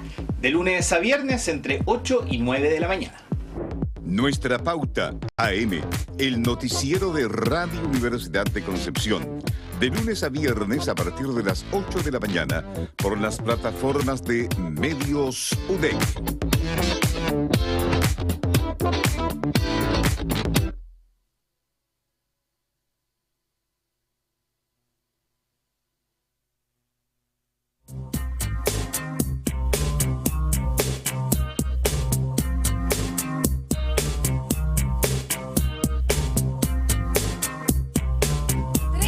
estamos de vuelta, Pame. 3:06 minutos, sigue avanzando la tarde aquí en el modo marzo ya PM. Sabemos que hay bastante congestión. Estuvimos hablando con Hugo Cautillo, Seremi de Transporte y Telecomunicaciones para Diario Concepción, y nos comentaba que se habían reforzado un 11% los servicios, específicamente para lo que iba a ser marzo. Pero para conversar de este tema, qué mejor que con un especialista, sobre todo en lo que se refiere a esta materia. Estamos con Juan Antonio Carrasco. Qué gusto tenerte acá para hablar nuevamente de conectividad y cómo lo has visto tú también. Sí, un gusto, muchas gracias. ¿Cómo estaba, profe? Tanto tiempo. Sí, pues Se nos vino mazo. Sí, sí. Y usted está aquí. Y aquí estamos, ¿no? Sí, usted está acá y porque hay que hablar de transporte y movilidad. Espero no ser la cara de la congestión y de algo más alegre. Además, el rostro de la congestión. El rostro de la congestión sería malo. Pero ¿cómo ha visto que se ha desarrollado específicamente estos días? Quizás tuvimos el super miércoles, ahora super lunes. La super semana. La super semana. Sí, englobémosla porque... ¿Sabes que en realidad es super marzo? Los números indican que en general la tercera y cuarta, no quiero desearle mal al futuro, pero la tercera, cuarta semana de marzo tienden a ser aún más congestiones. Marzo todavía es una época de ajuste y por lo tanto la verdad es que, claro, lo que uno ve en los primeros días es el gran cambio respecto a febrero, pero marzo es esta época de ajuste de congestión vehicular y por lo tanto, claro, lo que vimos hoy día, por ejemplo, con la vuelta universitaria en Gran Concepción, pero también lo que vimos el día miércoles pasado es el atisbo de lo que vamos a tener que estar mirando en marzo. Considerando lo que ha estado ocurriendo en este último periodo, hemos tenido ya el anuncio de que probablemente en las próximas semanas vamos a tener aumento en la capacidad del biotren, electromovilidad, lo que quedó pendiente el año pasado, nuevas licitaciones, hay arreglos también que se están haciendo en ciertos lugares de la región del Biobío, en el Gran Concepción, el Eje Colón, aquí mismo en Plaza Perú. Hay harto proceso de cambio que se está dando ahora en este año en particular 2026. Así es, yo creo que paulatinamente hemos tenido obras que se han ido desarrollando, que han ido concretándose. El año pasado, hay que pensar, tuvimos 2 puentes nuevos, una cosa que es bastante especial en una región como la nuestra. Y por supuesto que ahí también estamos en un proceso de ajuste, por ejemplo, asociado al corredor de transporte público Hualpén, la Plaza Perú, que genera un foco relevante, lo que está pasando en el puente industrial, que no hay que olvidar que todavía faltan algunas obras complementarias, y por supuesto que el reforzamiento del sistema de transporte público. Viaducto Chacabuco. El viaducto Chacabuco también, efectivamente, que genera otro tipo de temas. En Chihuayante también algunas obras viales. Ahora, esto es lo que uno esperaría fuera lo normal en la ciudad, que cada vez fuéramos evolucionando, generando una mayor infraestructura y en ese sentido en buena hora, y ojalá que continúe en ese proceso. Ahora, por supuesto que eso en el corto plazo genera problemas, genera dificultades de ajuste, y ahí es donde también las autoridades han intentado trabajar de lo mejor posible, ajustes de semáforo, hay ajustes que son tácticos. 400 fueron ajustes, cruces semaforizados. No, claro, sí. Efectivamente, y eso parecen ser cosas menores, pero no son tan menores en términos de que esos ajustes, coordinaciones de semáforo terminan ayudando en el día a día. Por supuesto que no es el largo plazo, pero sí son cosas muy relevantes, sobre todo asociadas a, por una parte, a minorar los impactos que tienen más locales donde se efectúan estos arreglos, pero también a optimizar la red. Cuando el problema no es de un semáforo, en general es un problema de una red completa, el semáforo que está aguas abajo, aguas arriba, la red completa de semáforos. Y ahí hay un trabajo que ha sido paulatino, que todavía falta, pero que de a poquitito esperemos vaya mejorando. Desde la Seremi de Transporte y Telecomunicaciones también informaron que este reforzamiento de servicio aumentó un 25% en comparación con el año anterior. Si analizamos lo que ocurrió el 2 de marzo, donde tuvimos alrededor de 600 máquinas a las 7 de la mañana, ya superando con 1.700 salidas en la hora punta, específicamente AM. ¿Cómo proyecta que esto se va a ir desarrollando durante el año, considerando que aún hay diversas obras viales como el viaducto Chacabuco, lo que hablábamos del proyecto Esmeralda, en Talcahuano también con Colón? Sí, mira, yo creo que hay que diferenciar dos cosas. Uno es el corto plazo, que tiene que ver con lo que el desarrollo de estas obras viales, y por supuesto que ahí las intervenciones son hasta un cierto límite. Efectivamente uno trata de hacer lo mejor posible, pero hay un cierto límite. O sea, cuando uno tiene, por ejemplo, una obra vial como en la Plaza Perú, que uno tiene una pista por sentido, o lo que es la construcción del corredor de transporte público Hualpén, que efectivamente también restringe la capacidad, La verdad es que uno puede generar medidas mitigatorias, es importante hacerlo, la semaforización, los desvíos, la señalética, que a veces se le olvida a algunos. Hasta hemos tenido hallazgos paleontológicos también dentro de lo que hacía este proceso. Y mira, yo creo que es importante exigir como ciudadanos el hecho de que estas obras se resuelvan en la mejor eficiencia posible, pero también hay que ser responsable y decir que muchas de estas obras tienen efectivamente cosas que son inesperadas, demoras, y por lo tanto ahí ese es el corto plazo y hay que hacerlo lo mejor posible para que cumpla con su objetivo y para que queden bien. A veces de repente una demora de un poquitito de tiempo puede significar una mejora. Pero hay un largo plazo. Un poco lo que tú mencionas. Yo creo que es muy relevante la señal de la autoridad y ojalá que pueda eso continuar en ir reforzando y generando una mayor oferta de transporte público. La respuesta a estos problemas es el transporte público y eso no se trata de ignorar que hay personas que requieren el automóvil para sus movimientos diarios, pero la verdad es que el largo plazo tiene que estar aparejado del transporte público y de incentivar dejar el automóvil cuando se pueda. Porque simplemente la capacidad no es infinita, el espacio vial no es infinito y no somos un país que tiene tantas lucas como para construir una gran cantidad de infraestructura solo para un modo de transporte. Tengo una duda en relación a esto que menciona, que es bueno, hay que mencionarlo, eso sí, y para aquello nosotros también tenemos que ser responsables y pacientes en ocasiones, considerando el crecimiento de la ciudad, considerando que si hay una pista es porque de aquí a un año, 6 meses, 3 meses, 2 años, va a cambiar todo y va a ser mejor para quienes transitan por ahí. Pero también hay un rol que juega la autoridad y que es justamente en estas medidas. Sabemos que acá en el Gran Concepción tenemos problemas con los accesos alternativos. Por ejemplo, a mí me tocó, que me imagino en pleno proceso de incendio, donde estaba el foco allá, pero me sucedió un par de situaciones en particular con el viaducto Chacabuco, que se cerró la avenida Padre Hurtado, pero no había ninguna señalización. Entonces, ¿qué me pasó? Yo, al igual que otras personas, ingresamos a la avenida y nos topamos con que estaba cerrado el acceso hacia Chiguayante. Entonces había que devolverse y doblar por San Martín, donde venía el tránsito vehicular. Además del tránsito, venían de 3 pistas a 2 pistas y con que las micros, al ser más pequeño y más angosto, tenía que pasar una sola micro. De a una micro. Entonces, las micros no querían dejar pasar a los vehículos porque querían continuar con su recorrido y los vehículos querían pasar, y a eso teníamos que sumarle nosotros que queríamos ingresar para poder desviarnos.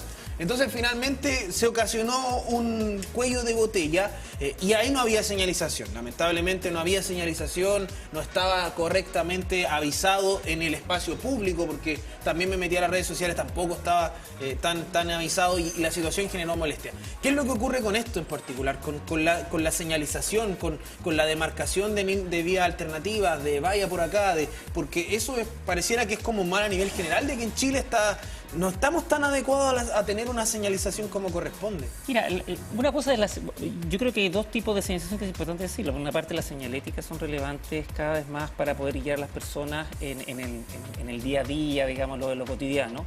Y yo creo que en ese sentido, efectivamente, tenemos más medios. Ahora tenemos aplicaciones, una serie de otras cosas que nos ayudan. Pero para lo que tú puntualmente señalas, que es cuando tenemos estas contingencias, por ejemplo, la mejora de infraestructura, etcétera, ahí hay un desafío importante. Porque tiene que haber una coordinación entre los que ejecutan la obra, las autoridades, los que están ahí muchas veces supervisando esas obras. Y yo creo que es importante, se ha ido cayendo en la cuenta de la relevancia que tiene, pero es importante tener aún más, caer en la cuenta, yo diría, la relevancia que tiene eso, porque esos tiempos de demora son muy relevantes y a veces, claro, las obras consideran este largo plazo, las mejoras de largo plazo, ¿cierto? O los impactos que va a tener pero en el largo plazo, pero no en el corto plazo, no los impactos que tiene la congestión vehicular, pero también otros impactos. A veces vemos una obra de construcción que también nos aminora los espacios, nos genera más inseguridades. Yo creo que ahí hay un desafío relevante de ir poniendo lo que le llamamos técnicamente las externalidades, ¿cierto? Los problemas que genera la construcción. Ahora, por supuesto que hay algunas cosas que son inevitables, pero es súper relevante lo que tú dices, porque eso genera mayor eficiencia en el movimiento vehicular, pero también mayor seguridad. Y eso no es menor en este tipo de obras de construcción también. Ahora, ese es el corto plazo y efectivamente hay momentos y hay lugares y restricciones donde a veces no vas a poder hacer mucho. Y ahí es donde vas a tener que optar. De hecho, yo me acuerdo de algunos arreglos que alguna vez se hicieron, por ejemplo, por Roosevelt, donde solamente pueden pasar transporte público. Y a veces tú tienes que optar. Y en el fondo buscar el mal menor en esas decisiones. No podemos caber todo, muchas veces. Y ahí hay un tema que no es trivial, que está asociado a esas horas. Ahora, el largo plazo, de todas maneras, implica el ir privilegiando el transporte público, el ir teniendo la conciencia de que hay muchos viajes cortos que podrían ser realizados en otros modos que no son el automóvil. Nosotros en la encuesta CDEUS del año pasado vimos en Gran Concepción lo mismo que hemos visto en Santiago una y otra vez, que es que hay una cantidad muy importante de viajes de menos de 5 kilómetros que se realizan en automóvil, y algunos incluso de 1 kilómetro o 2 kilómetros. Uno se pregunta, ¿y esos son viajes que producen congestión, que generan problemas en la búsqueda del estacionamiento, del espacio?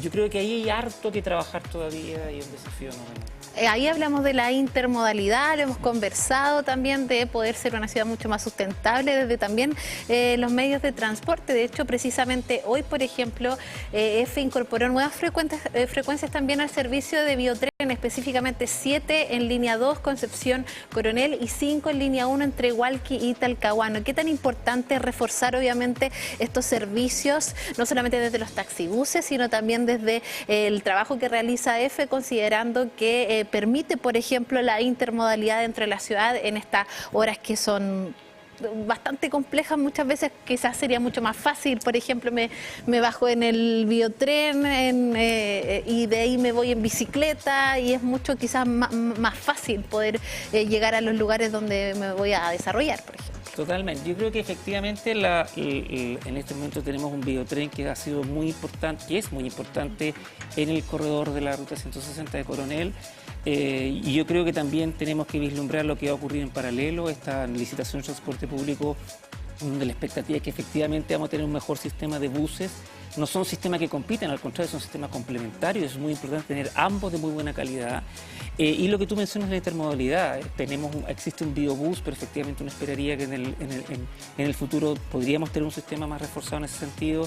También el ir generando facilidades para la intermodalidad, incentivos para la intermodalidad, ahora que vamos a tener, por ejemplo, tarjetas de pago, bueno, cómo hacerlo para que efectivamente para la gente le convenga económicamente, pero también en tiempo ello. Yo creo que esas son cosas que efectivamente hay que seguir, es súper importante seguir avanzando, afianzando lo que ya tenemos, y en ese sentido afianzar un sistema de transporte público que tiene, por supuesto, muchas deficiencias, pero que también tiene muchas cosas y muchas ventajas. Hay que cuidarlo como tal y también ciertamente darle una mayor incentivo, en particular en el espacio, en la calidad. Qué distinto se siente cuando uno empieza a ver circular y a subirse a buses eléctricos, por ejemplo, con mayor calidad, donde tenía aire acondicionado. Qué distinto el espacio es distinto también. Y que no corren muchas veces por boleto, que ese es un tema que era complejo, que afectaba la seguridad también de los pasajeros. Mira, vamos a tener un desafío súper interesante de aquí a fines de año. Lo vimos incluso no solamente en Santiago, lo vimos hace poquitito, lo conversaba en Temuco, por ejemplo, con la tarjeta de prepago. Eso es un cambio que va a ser muy importante. Y entonces yo creo que esas son las señales relevantes, es decir, las personas saben que efectivamente muchas veces no podemos dejar el auto en la casa, pero si lo podemos hacer, existen alternativas que son viables, pero que también son alternativas que le dicen a las personas, usted no es una ciudadano segunda clase, sino que usted puede tener una buena experiencia de viaje. Y ahí hay un desafío que no es para mañana, pero hay que seguir avanzando en ello.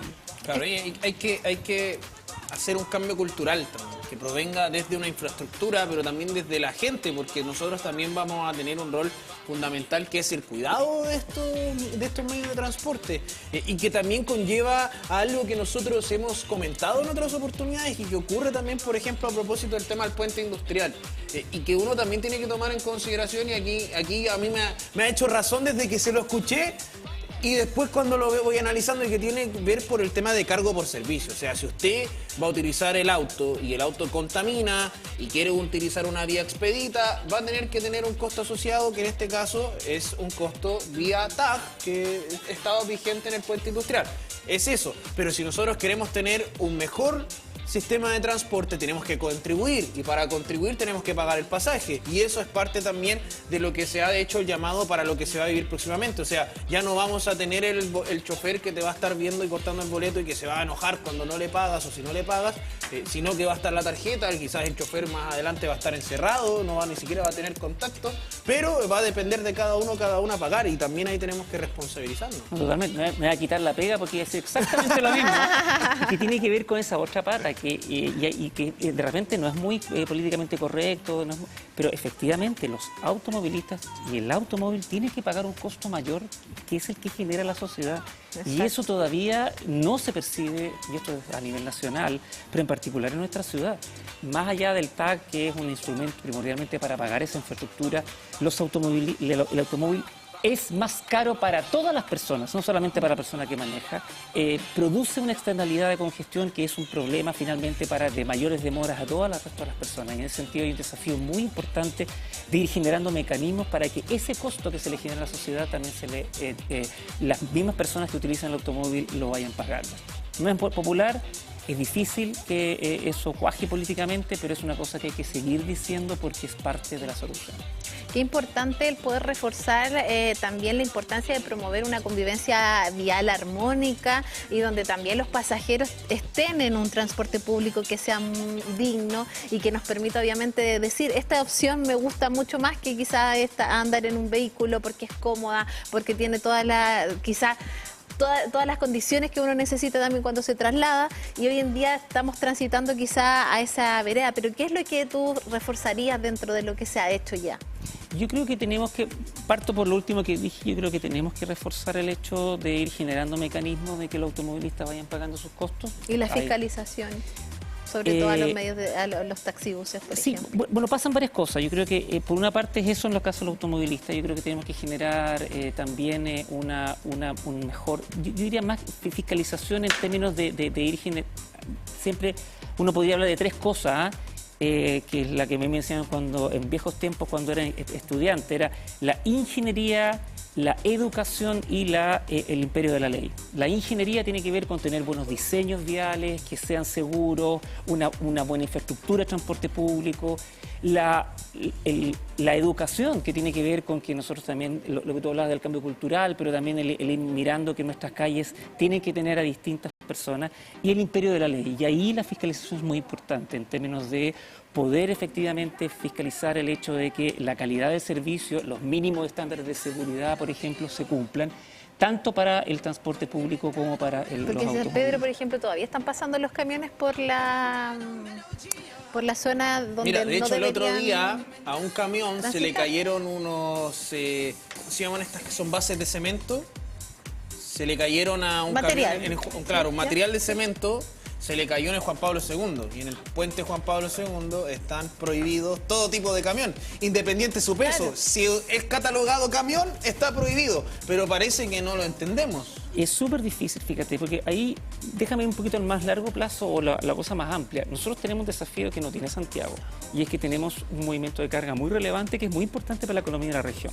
Y en ese sentido, el puente industrial, la intermodalidad por carga ferroviaria y otras más son muy relevantes, y ahí el desafío es cómo estas cuestiones de otra manera también se compatibilizan. Yo creo que el uso del puente industrial es muy importante enfatizarlo y generar Ha costado porque lo que pasa es que tenemos que generar incentivos, pero también, como decía por ahí alguien, el garrote y la zanahoria. No solamente basta con la zanahoria, con el incentivo a que anda más rápido también.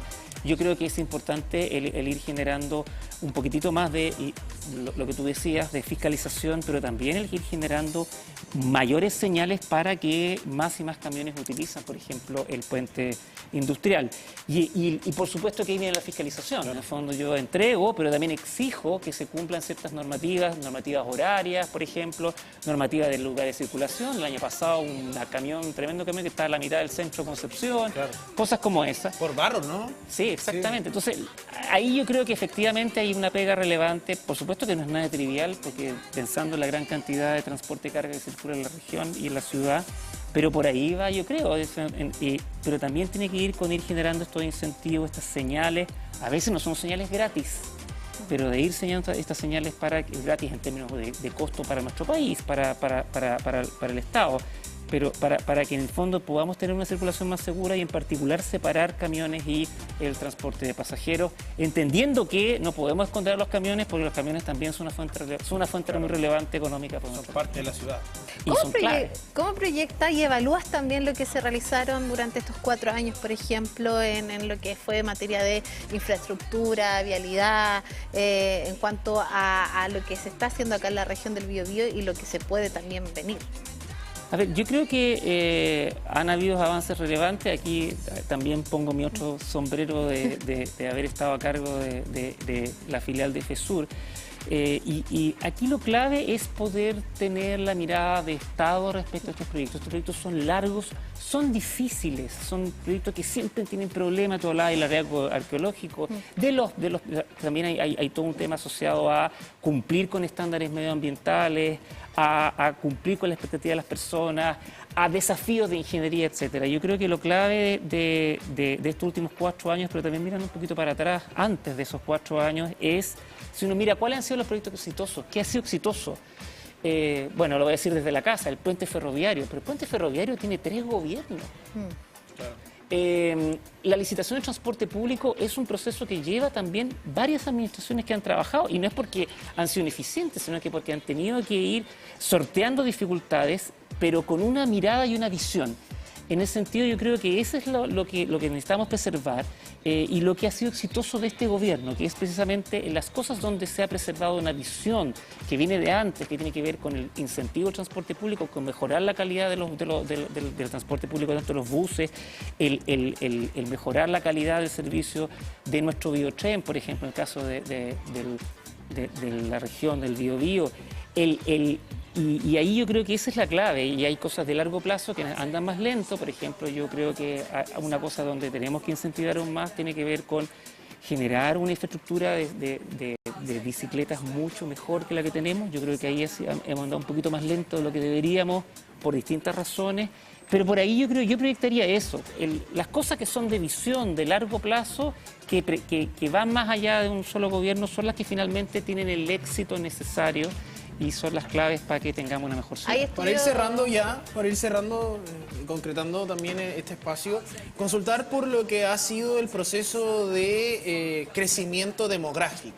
En ciertos sectores en particular, proyectos inmobiliarios que en ocasiones, por ejemplo, recuerdo el proyecto que está ahí a un costado del aeropuerto Carriel Sur, que tiene una sola salida y una sola entrada, que puede obviamente también ir a darse la vuelta a Lomas, pero que eventualmente cuando hay un proceso de atochamiento también hay un inconveniente, que tengan justamente los accesos y la seguridad como parte del proyecto. ¿Cómo ha sido eso también dentro de lo que es el crecimiento de la ciudad, básicamente? Bueno, ese es un gran tema porque es bien difícil. Yo creo que es probablemente donde estamos más al debe en estos temas. O sea, efectivamente no podemos hablar del transporte solo, tenemos que hablar de dónde viven las personas, dónde realizan sus actividades, y desgraciadamente en Chile tenemos todavía una institucionalidad donde el uso de suelo, lo que tú conversas, dónde viven las personas, y el transporte no conversan necesariamente. Yo creo que hay un desafío relevante que hace, en el fondo, en donde como Estado, por una parte, converse mucho más los incentivos, las leyes, las regulaciones a la construcción y el crecimiento de la ciudad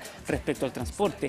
No puede estar el transporte yendo a la cola del desarrollo urbano, como tú dices, porque en el fondo no necesariamente ese desarrollo urbano es mejor para la ciudad, y no necesariamente lo que tú aportas como transporte en, por ejemplo, un proyecto como ese, no estoy individualizando ese, pero como ejemplo, versus alguno otro, donde a lo mejor yo como Estado vamos a querer poner más lucro al transporte público en otro sector de la ciudad.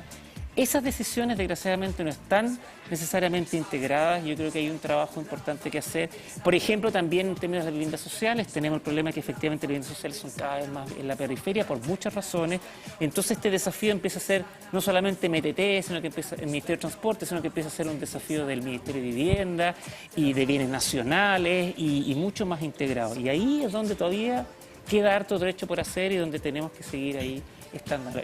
Juan Antonio Carrasco, te queremos agradecer por haber estado acá conversando sobre todo de conectividad, de los hitos específicamente históricos que han transitado aquí en la región del Biobío en materia de infraestructura vial. Estamos en un punto de inflexión, hay que avanzar, pero también hay que destacar lo que ya se ha realizado para que la región del Biobío, que además es una región que está conectada con diversas industrias, obviamente siga avanzando en esta materia. Y nosotros te quiero invitar a algo muy interesante, porque nuestra compañera Constanza Sarquis, ¿te gustan las ferias itinerantes? Ah, sí, claro que sí.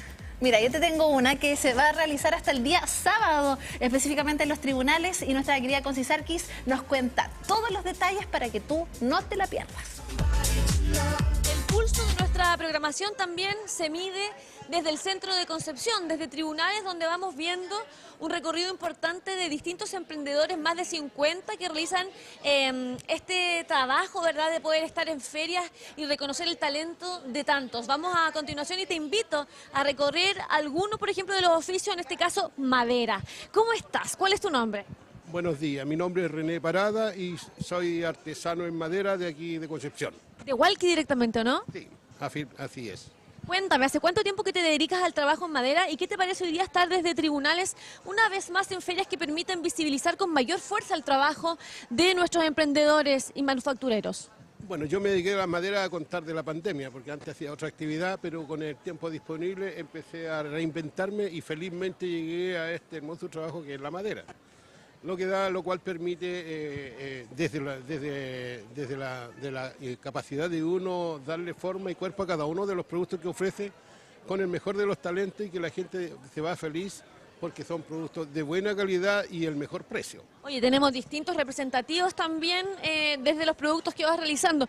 ¿Cuáles son los más requeridos por los clientes y las clientas? Soy amigo de las dueñas de casa, las cocineras, porque los productos típicos o los caballitos de batalla son las cucharas, los susleros, los fruteros, todo lo que tiene que ver con el ordenamiento de una cocina, que generalmente se ocupa mucho en cocinar, cucharas, y tablitas de amasar. Tengo toda la variedad de cosas que se utilizan en una cocina, en un hogar. Muy bien, muchas gracias por acompañarnos también en este recorrido. Hermoso trabajo, saludo a la gente que nos ve también desde Hualqui. Y por acá, ¿qué tenemos? Hola, ¿cómo estás? Hacemos nosotros este recorrido itinerante para que nos vayan comentando también sobre sus quehaceres como emprendedores, emprendedoras. ¿Cuál es tu nombre? Mi nombre es Mari Hernández. Mari, ¿a qué te dedicas? Nuestro emprendimiento es de corte y grabado en láser, en máquina láser. Okay.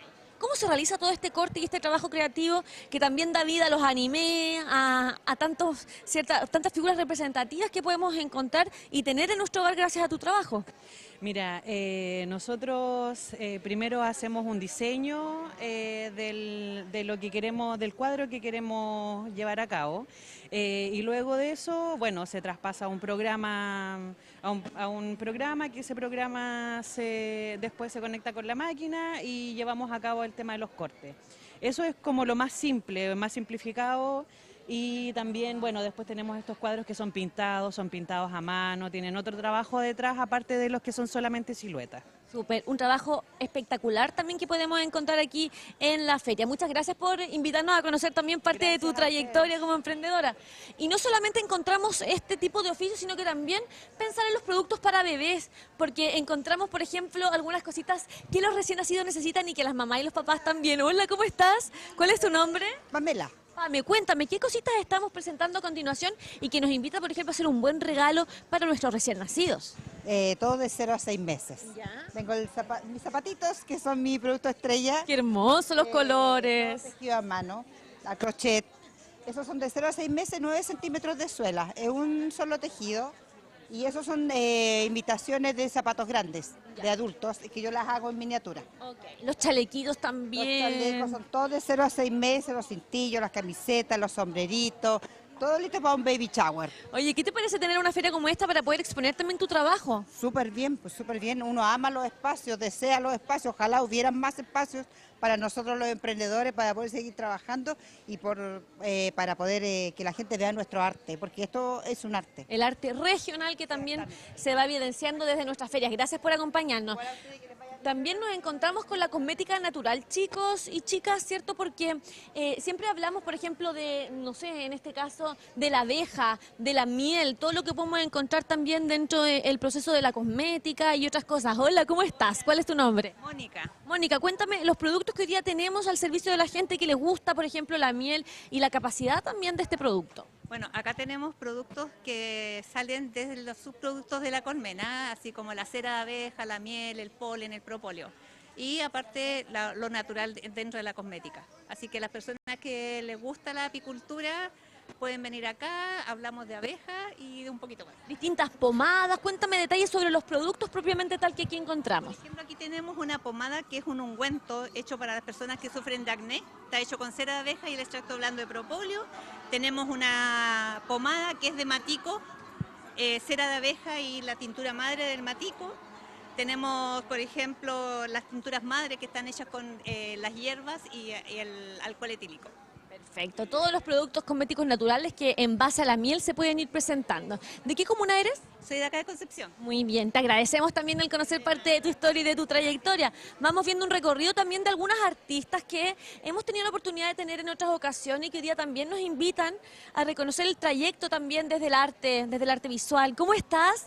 Hola, Coti, bien, ¿y tú? Una vez más nos encontramos aquí para reconocer tu trabajo y la potencia también de poder tener ferias abiertas a la comunidad en la esfera de lo creativo, ¿no? Sí, agradecemos mucho los espacios para poder mostrar nuestros trabajos y bueno, destacar la manufactura local, la identidad también acá del territorio penquista. Y así hemos sacado distintas cosas también para relevar lo mismo. Bueno, todo pintado a mano por acá, los mates, también alusivos a la U de Conce. Viste, nuestra universidad siempre cerca de los artistas. Sí. Tropiconce por acá, destacando también, bueno, ilustraciones en acuarela. Y ahora igual estoy haciendo otros trabajos que son también en prendas que son pintadas a mano. Aquí las podemos ir mostrando, mira.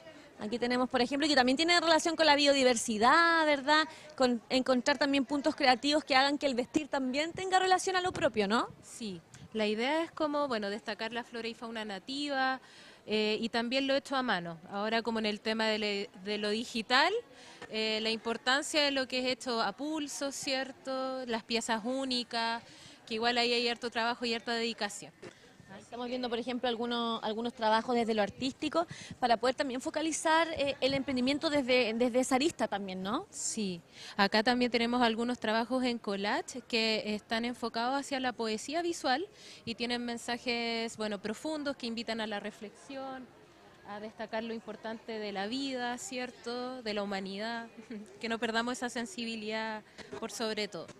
Te agradecemos una vez más estar contigo para ir reconociendo también tu talento, tu trabajo y cómo nos vamos posicionando dentro del Centro de Concepción con una feria que nos va a estar acompañando varios días y que justamente invita a eso, a reconocer artistas, a reconocer a manufactureros que tienen ese también mismo objetivo, poder presentar todos los trabajos que se van realizando desde la región del Biobío. Vamos, por ejemplo, ahora a ver las joyas, ¿o no? La joyería igual es un punto importante y vamos a conocer el trabajo de también quienes van presentándonos esta instancia para hacer un bonito regalo, para encontrar, por ejemplo, esas pulseras y todas esas cosas bonitas que nos invita a reconocer esta feria. ¿Cómo estás? ¿Cuál es tu nombre? Hola, bienvenida. Mi nombre es Daniela. Dani, ¿cómo estás? Un gusto también poder estar contigo para que me cuentes detalles de tu marca y de cómo comienzas también este oficio dentro de tu historia también como artista. Bueno, este emprendimiento se llama My Tienda. Es un emprendimiento creado por mi hermana, María, y bueno, yo con ella ahora ya llevo trabajando 2 años. Elaboramos accesorios en base a acero, que tiene combinaciones de piedra, cristales, vidrio esmaltado, todo hecho con mucho cariño. Bueno, el acero también es un material noble, hipoalergénico, por lo cual también lo preferimos dentro de nuestro accesorio para un cariñito para nuestras clientes. Exactamente, pensar en todo este mes también, en hacer un bonito regalo, en verse distintas y distintos también a través de esos detallitos que enamoran y que nuestros emprendedores regionales también nos van invitando. Muchas gracias también por presentarnos tu trabajo. Oye, y llega marzo y la invitación también a los collets, a todos esos productos, por ejemplo, que también vamos necesitando, los estuches para los niños, también los delantales y bolsitos pensados, inspirados en las mascotas. ¿Cómo estás? ¿Cuál es tu nombre? Bien, ¿y tú? Un gusto nuevamente tenerte con nosotros. Gracias, Natalia. Oye, Nati, cuéntame detalles también de todo lo que lo vas realizando. Me imagino que este es uno de los meses más requeridos en cuanto, por ejemplo, a todos estos collets y todas estas cositas que nos preparan de mejor manera para este mes. Sí, los estuches, los collets, que son cosas que ocupan igual los adolescentes, los niños en el colegio. Siempre tener a la mascota, ¿no? Inspirar a través de gatitos, etcétera. Y nosotros es todo mascota, todo gatos, perros, cuyi, hámster, conejos, todo en relación a eso. Súper, y tenemos los delantales también que nos invitan ahí a prepararnos y a tener la conexión con nuestros animalitos que también forman parte de nuestro contenido. Haz la invitación para que vengan entonces a la feria, ¿te parece? Vengan, no se van a arrepentir, hay cosas muy lindas además de las cosas que tenemos nosotros, está bien variada la feria como otras veces, así que vengan, de verdad no se van a arrepentir, además que no va a llover. Así es, así que hasta el próximo sábado esta feria de emprendimiento para que desde ya puedas venir a dar una vuelta, a relajarte, a encontrar todos esos productos que están necesitando hoy día para complementar bien la experiencia de este inicio de marzo, donde muchas cosas vamos necesitando como plantas también y otras cositas que le dan ese sabor a nuestra vida.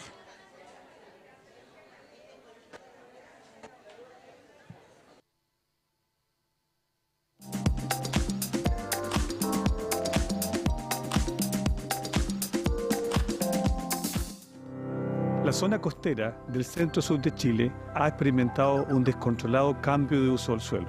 Esto ha llevado a que los bosques nativos presenten altas tasas de pérdida y degradación. Campus Naturaleza de la Universidad de Concepción es un proyecto emblemático de cuidado y protección de la biodiversidad característica de esta zona geográfica. En esta zona del país existen bosques como los bosques caducifolios de Concepción. Ellos contienen especies como robles, olivillos, naranjillos y pudú, que son especies únicas del país y no se encuentran en otra parte del mundo. El principal objetivo será la conservación y restauración de la biodiversidad regional mediante un espacio que dé oportunidades para la investigación, la educación y la recreación. Es un regalo de la Universidad de Concepción para la comunidad pejenquista y comunidad nacional, de manera que puedan apreciar la riqueza de esta biodiversidad del bosque costero de la región del Biobío.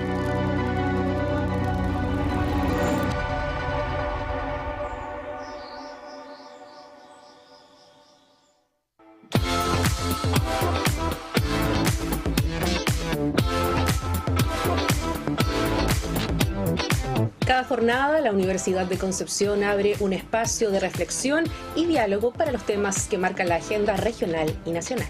Ahora, ese mismo espacio de Radio UDEC también se transmitirá por TVU.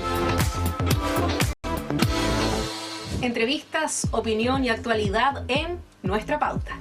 De lunes a viernes entre 8 y 9 de la mañana. Nuestra Pauta AM, el noticiero de Radio Universidad de Concepción. De lunes a viernes a partir de las 8 de la mañana por las plataformas de Medios UDEC.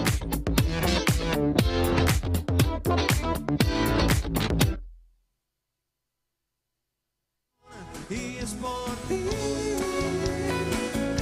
que he vuelto a hablar de amor. Por ti que estamos acá, como diría Juanes también, con esta música que hay, saludar a todo nuestro equipo que está trabajando al servicio de la comunidad el día de hoy. Porque hay grandes novedades, Mati, y qué mejor que tú que nos puedas comentar todo este panorama deportivo que tuvimos el fin de semana y que nos tiene felices también como región del Biobío porque hay ganadores. Felices algunos, el que está en la cámara 3 ahí no está tan contento. Bueno, realidades múltiples, vamos con este resumen deportivo, pero primero para partir vamos con las buenas noticias, por supuesto, porque tras 9 años retorna Lotta Schwager a la categoría de fútbol profesional, en este caso segunda, que ya está por definir las fechas, tras ganarle a Cabrero por penales en un partido emocionante. Hubo una transmisión ahí, una señal abierta a través de Facebook, más de 2.000 personas presentes en esa transmisión, cerca de 10.000 personas en el Estadio Alcaldesa Roa Rebolledo para definir este partido que apareció de la nada. Tras lo sucedido con Deportes Melipilla, se da a conocer por parte de ANFA que el cupo será disputado por Cabrero y por Lotta Schwager, algo que ocurrió el pasado día sábado en el partido. A Cabrero solo le faltó el gol. Oh. Sí, lamentablemente así es el fútbol, solo le faltó el gol. Ya me acordé del grito. Sí, con goles se gana el fútbol y lamentablemente, a pesar de lo bien que lo hizo en los 90 minutos, no logró la ventaja y por ende se fueron a los penales. Y ahí parecía en un momento que la lamparita lo perdía. Oye, pero qué genial ese penal encuentro, sobre todo en esta instancia, porque le da más emoción al partido. Sí, ¿no? Imagínate en una final, el corazón, la sensación, pero a pesar de que había mayoritariamente público de Lotta Schwager, cuando llegaron a los penales, el primero en fallar fue jugador de Lotta Schwager. ¡Oh, qué presión! Inmediatamente ataja en la siguiente oportunidad y luego lamentablemente a David Núñez, quien es volante, un muy buen elemento de Comunal Cabrero, desperdicia su penal y así se consagra como el ganador de este encuentro y por ende el cupo a la segunda división profesional desde 2017 que no está en el profesionalismo la lamparita Lota Schwager. De hecho, en algún momento hubo dos.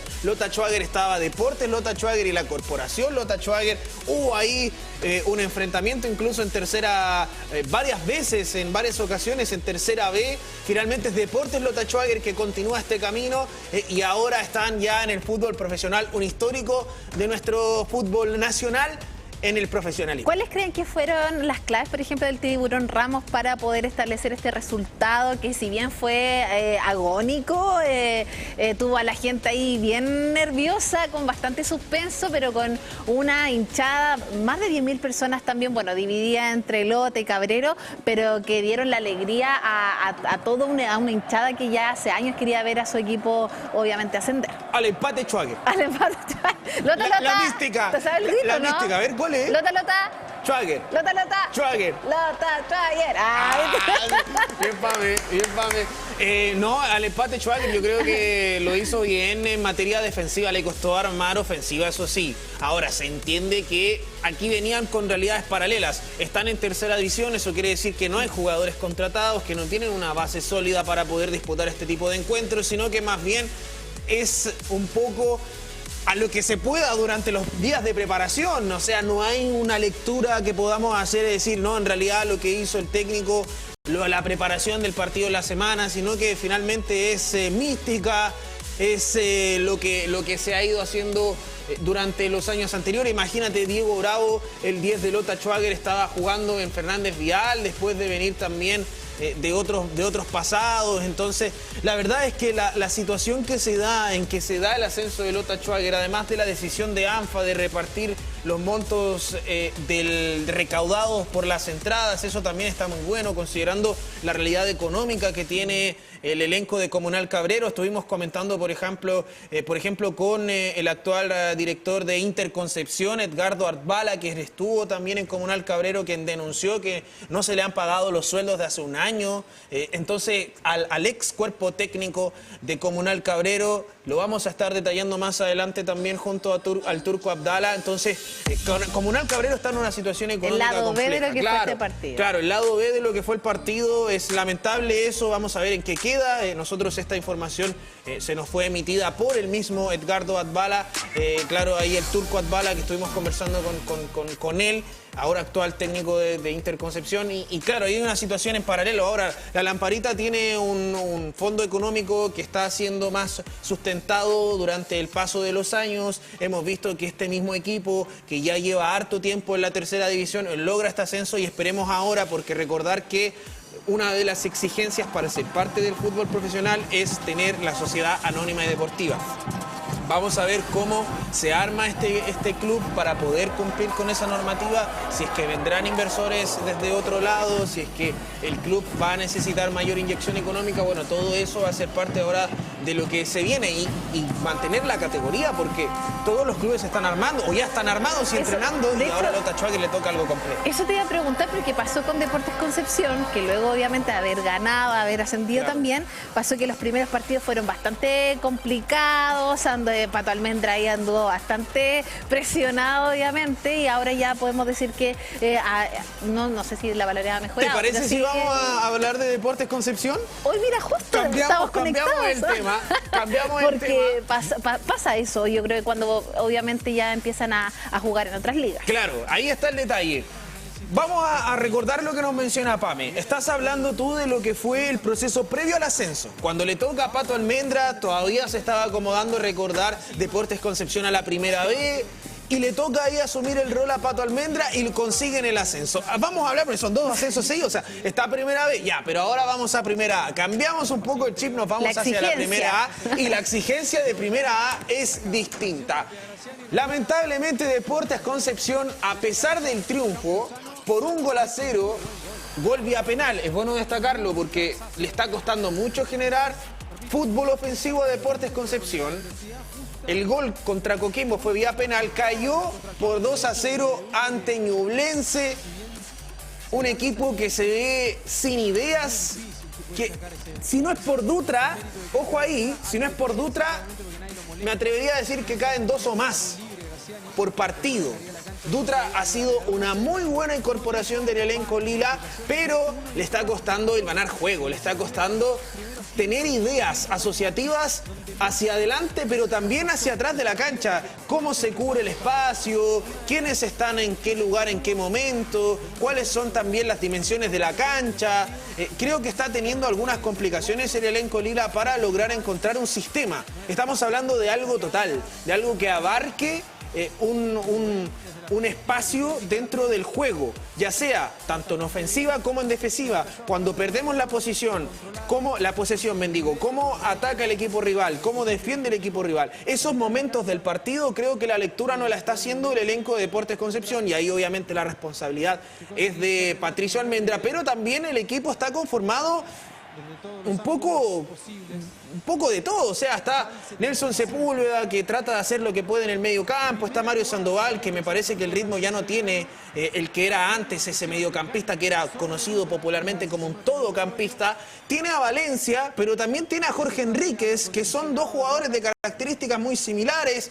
Saca, por ejemplo, en un partido, saca a Itan Espinosa, a Aldrix Jara, que estaban jugando ambos por las bandas. Finalmente cambia un poco el sistema de juego, todo esto a propósito de que Joaquín Larribey no ha podido jugar producto que está con una sanción de tarjeta roja. Volvió este fin de semana, eso sí, Joaquín Larribey para poder disputar este partido. Entonces, está un Deportes Concepción un poco, me parece, ahí como presionado, en el limbo, claro. O quizás también yo No, presionado sí, por supuesto, está último. Estos resultados también quizás han afectado obviamente el estado anímico también de muchos de ellos, porque evidentemente la hinchada los apoya frente a cualquier tipo de circunstancia, pero sabemos que han sido difíciles estos últimos partidos. ¿Qué es lo que se puede hacer y cuáles son las estrategias que crees tú que van a aplicar, por ejemplo, en el campo de juego?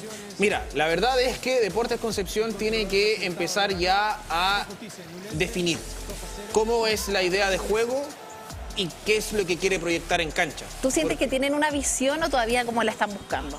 La están buscando, sí, la están buscando definitivamente, porque tienen piezas que no... Recordar que Deportes Concepción tiene piezas que no están pensadas para Primera A, que es un equipo mixto entre Primera A y Primera B, considerando también la sorpresa propia para el club de ascender de forma tan rápida. Entonces, o sea, hay jugadores que están acompañando al club desde segunda división, no necesariamente de Deportes Concepción como tal, pero por ejemplo Ángel Guilar durante mucho tiempo estuvo en segunda división en Fernández Vial.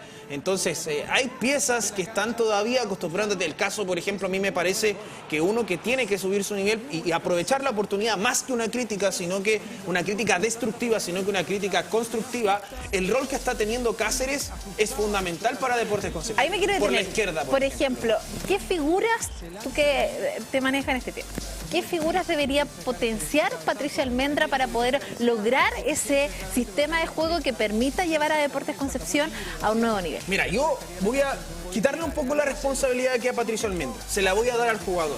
Yo todo el rato. ¿Por qué? Porque el jugador es el que tiene que también entender cuál es la realidad del club. Por ejemplo, me centro en Cáceres. Viene de Primera B, hizo una muy buena campaña, hizo hasta un gol contra Cobreloa. O sea, él está con un envío anímico importante, pero hay una presión distinta, porque te enfrentas a clubes como Universidad de Chile, porque te enfrentas a clubes como Ñublense, te enfrentas a clubes como Unión La Calera, Coquimbo, que son equipos que llevan mucho tiempo ya en Primera División disputando copas internacionales, O'Higgins de Rancagua, a propósito también del buen pasar del elenco de Rancagua en copas internacionales, el mismo Huachipato acá en la zona. O sea, son clubes que ya tienen un trajín, que ya tienen un choque distinto producto de lo que es la categoría. Entonces aquí es donde hay jugadores que por una parte tienen que empezar ya a asumir el rol de que están en Primera División y de que tienen que empezar a elevar el nivel también. Y ahí hay algunas piezas que tienen que comenzar a asimilarlo, pero para complementarlo con lo que tú mencionas de Patricio Almendra, esto tiene que venir de la mano con un trabajo técnico y eso tiene que manifestarse. Uno entiende que el plan de juego y el trabajo que se hace fuera de la cancha puede que cuando llegue al campo de juego las condiciones sean distintas, hay una presión de claro, hay algo distinto, cualquier situación que sea o cualquier cosa que afecte puede, incluso hasta el planteamiento del equipo rival, puede cambiar el plan de juego inicial, pero hay que tener adaptaciones y esas adaptaciones, esas ideas no las está teniendo sabiendo Deportes Concepción, está sabiendo poder entender qué es lo que ocurre en la cancha para poder arreglar lo que está ocurriendo, sino que se mantienen firmes a una idea y lamentablemente eso los ha llevado a ser los colistas de la primera división. ¿Se vienen nuevos partidos para lo que queda, por ejemplo, de Deportes Concepción también? Sí, estamos en la 6ª fecha, todavía queda mucho por delante, así que a levantar cabeza, a tratar de mejorar la situación, porque la verdad es que se ve un poco complejo para el León de Collado, considerando que está último. Mira, este el Mati tiene Aquí tenemos el apunte. Está último con 4 puntos. Le sigue Everton con 6, luego la Universidad de Chile con 6 y en la 13ª posición, y cambiamos ya la página, Universidad de Concepción. Y hoy a las 8 de la noche les invito a que sean hinchas de los equipos o no, vean el partido entre Universidad de Concepción y Universidad de Chile, porque se enfrenta el 13º.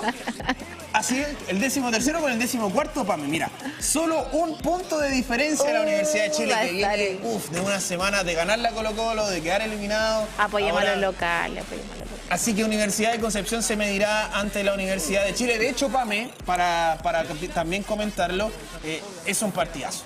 Es un partidazo. Es como lo que fue Lota Cabrero también, ¿eh? Claro.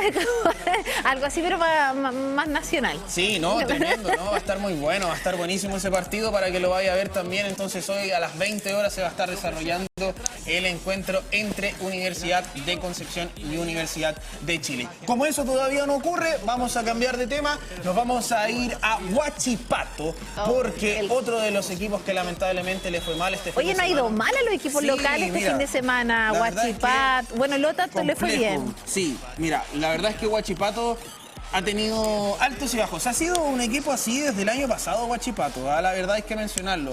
Como la vida. Regularidad. A pesar de que viene de un buen pasar también a nivel internacional. Recordar que gana la Copa Chile, pero de ahí 3 derrotas consecutivas. Oye, yo creo que pasa como lo que hablábamos con Deportes Concepción, no sé lo que va a ocurrir con Lota, pero como que cuando ya ganan, obviamente logran, quizás se relajan un poquito y comienzan quizás a no tener los resultados que esperan. Mira, es algo que ocurre. Como en la mente, claro, como algo psicológico. Claro, pero en este momento de la temporada, a 6 fechas, ya se comienzan a definir las posiciones. Por ejemplo, Colo-Colo, con lo que ocurrió el pasado fin de semana, cayeron todos los que estaban arriba. Huachipato, uno de ellos. Sí. Si Huachipato ganaba este fin de semana, quedaba con 12 puntos. Misma cantidad de unidades que tiene Colo-Colo. Actualmente Colo-Colo quedó como líder del campeonato. Huachipato, que estuvo en las primeras posiciones del campeonato durante gran parte de las primeras fechas. Pero si tú te fijas, 6ª fecha, ya Colo-Colo está primero. Huachipato no logró derrotar, no logró vencer en esta oportunidad. ¿Y qué es lo que le ocurre? Queda en 7ª posición. Rápidamente bajó varios puestos. Y es lo que sucede en este inicio de la fecha, que ahora empiezan a marcar, claro, se empiezan a marcar quiénes son los que logran la constancia y quiénes no. Entonces todavía... ¿Quién ha logrado la constancia? Mira, todavía nadie. Pero tú no has visto un equipo que está como fortalecido, que está como equilibrado entre sus resultados. Ni siquiera el primero, que es Colo-Colo, ha logrado aquello. Porque Colo-Colo ha ganado partidos en el último minuto, ahora le ganó por 1-0 el pasado fin de semana. Entonces, los resultados han estado muy apretados. Y no hay un equipo que ha logrado al menos avasallar al rival, sino que está todo muy igual trabajado. Entretenido, porque le da competitividad al campeonato, claro, le da emoción, y sobre todo que es lo que uno espera también como hincha.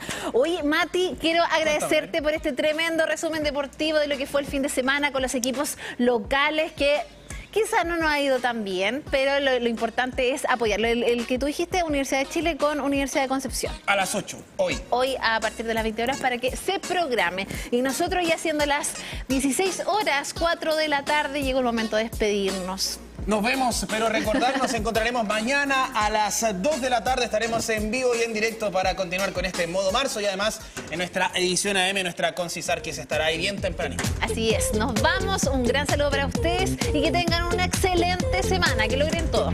Chao, chao.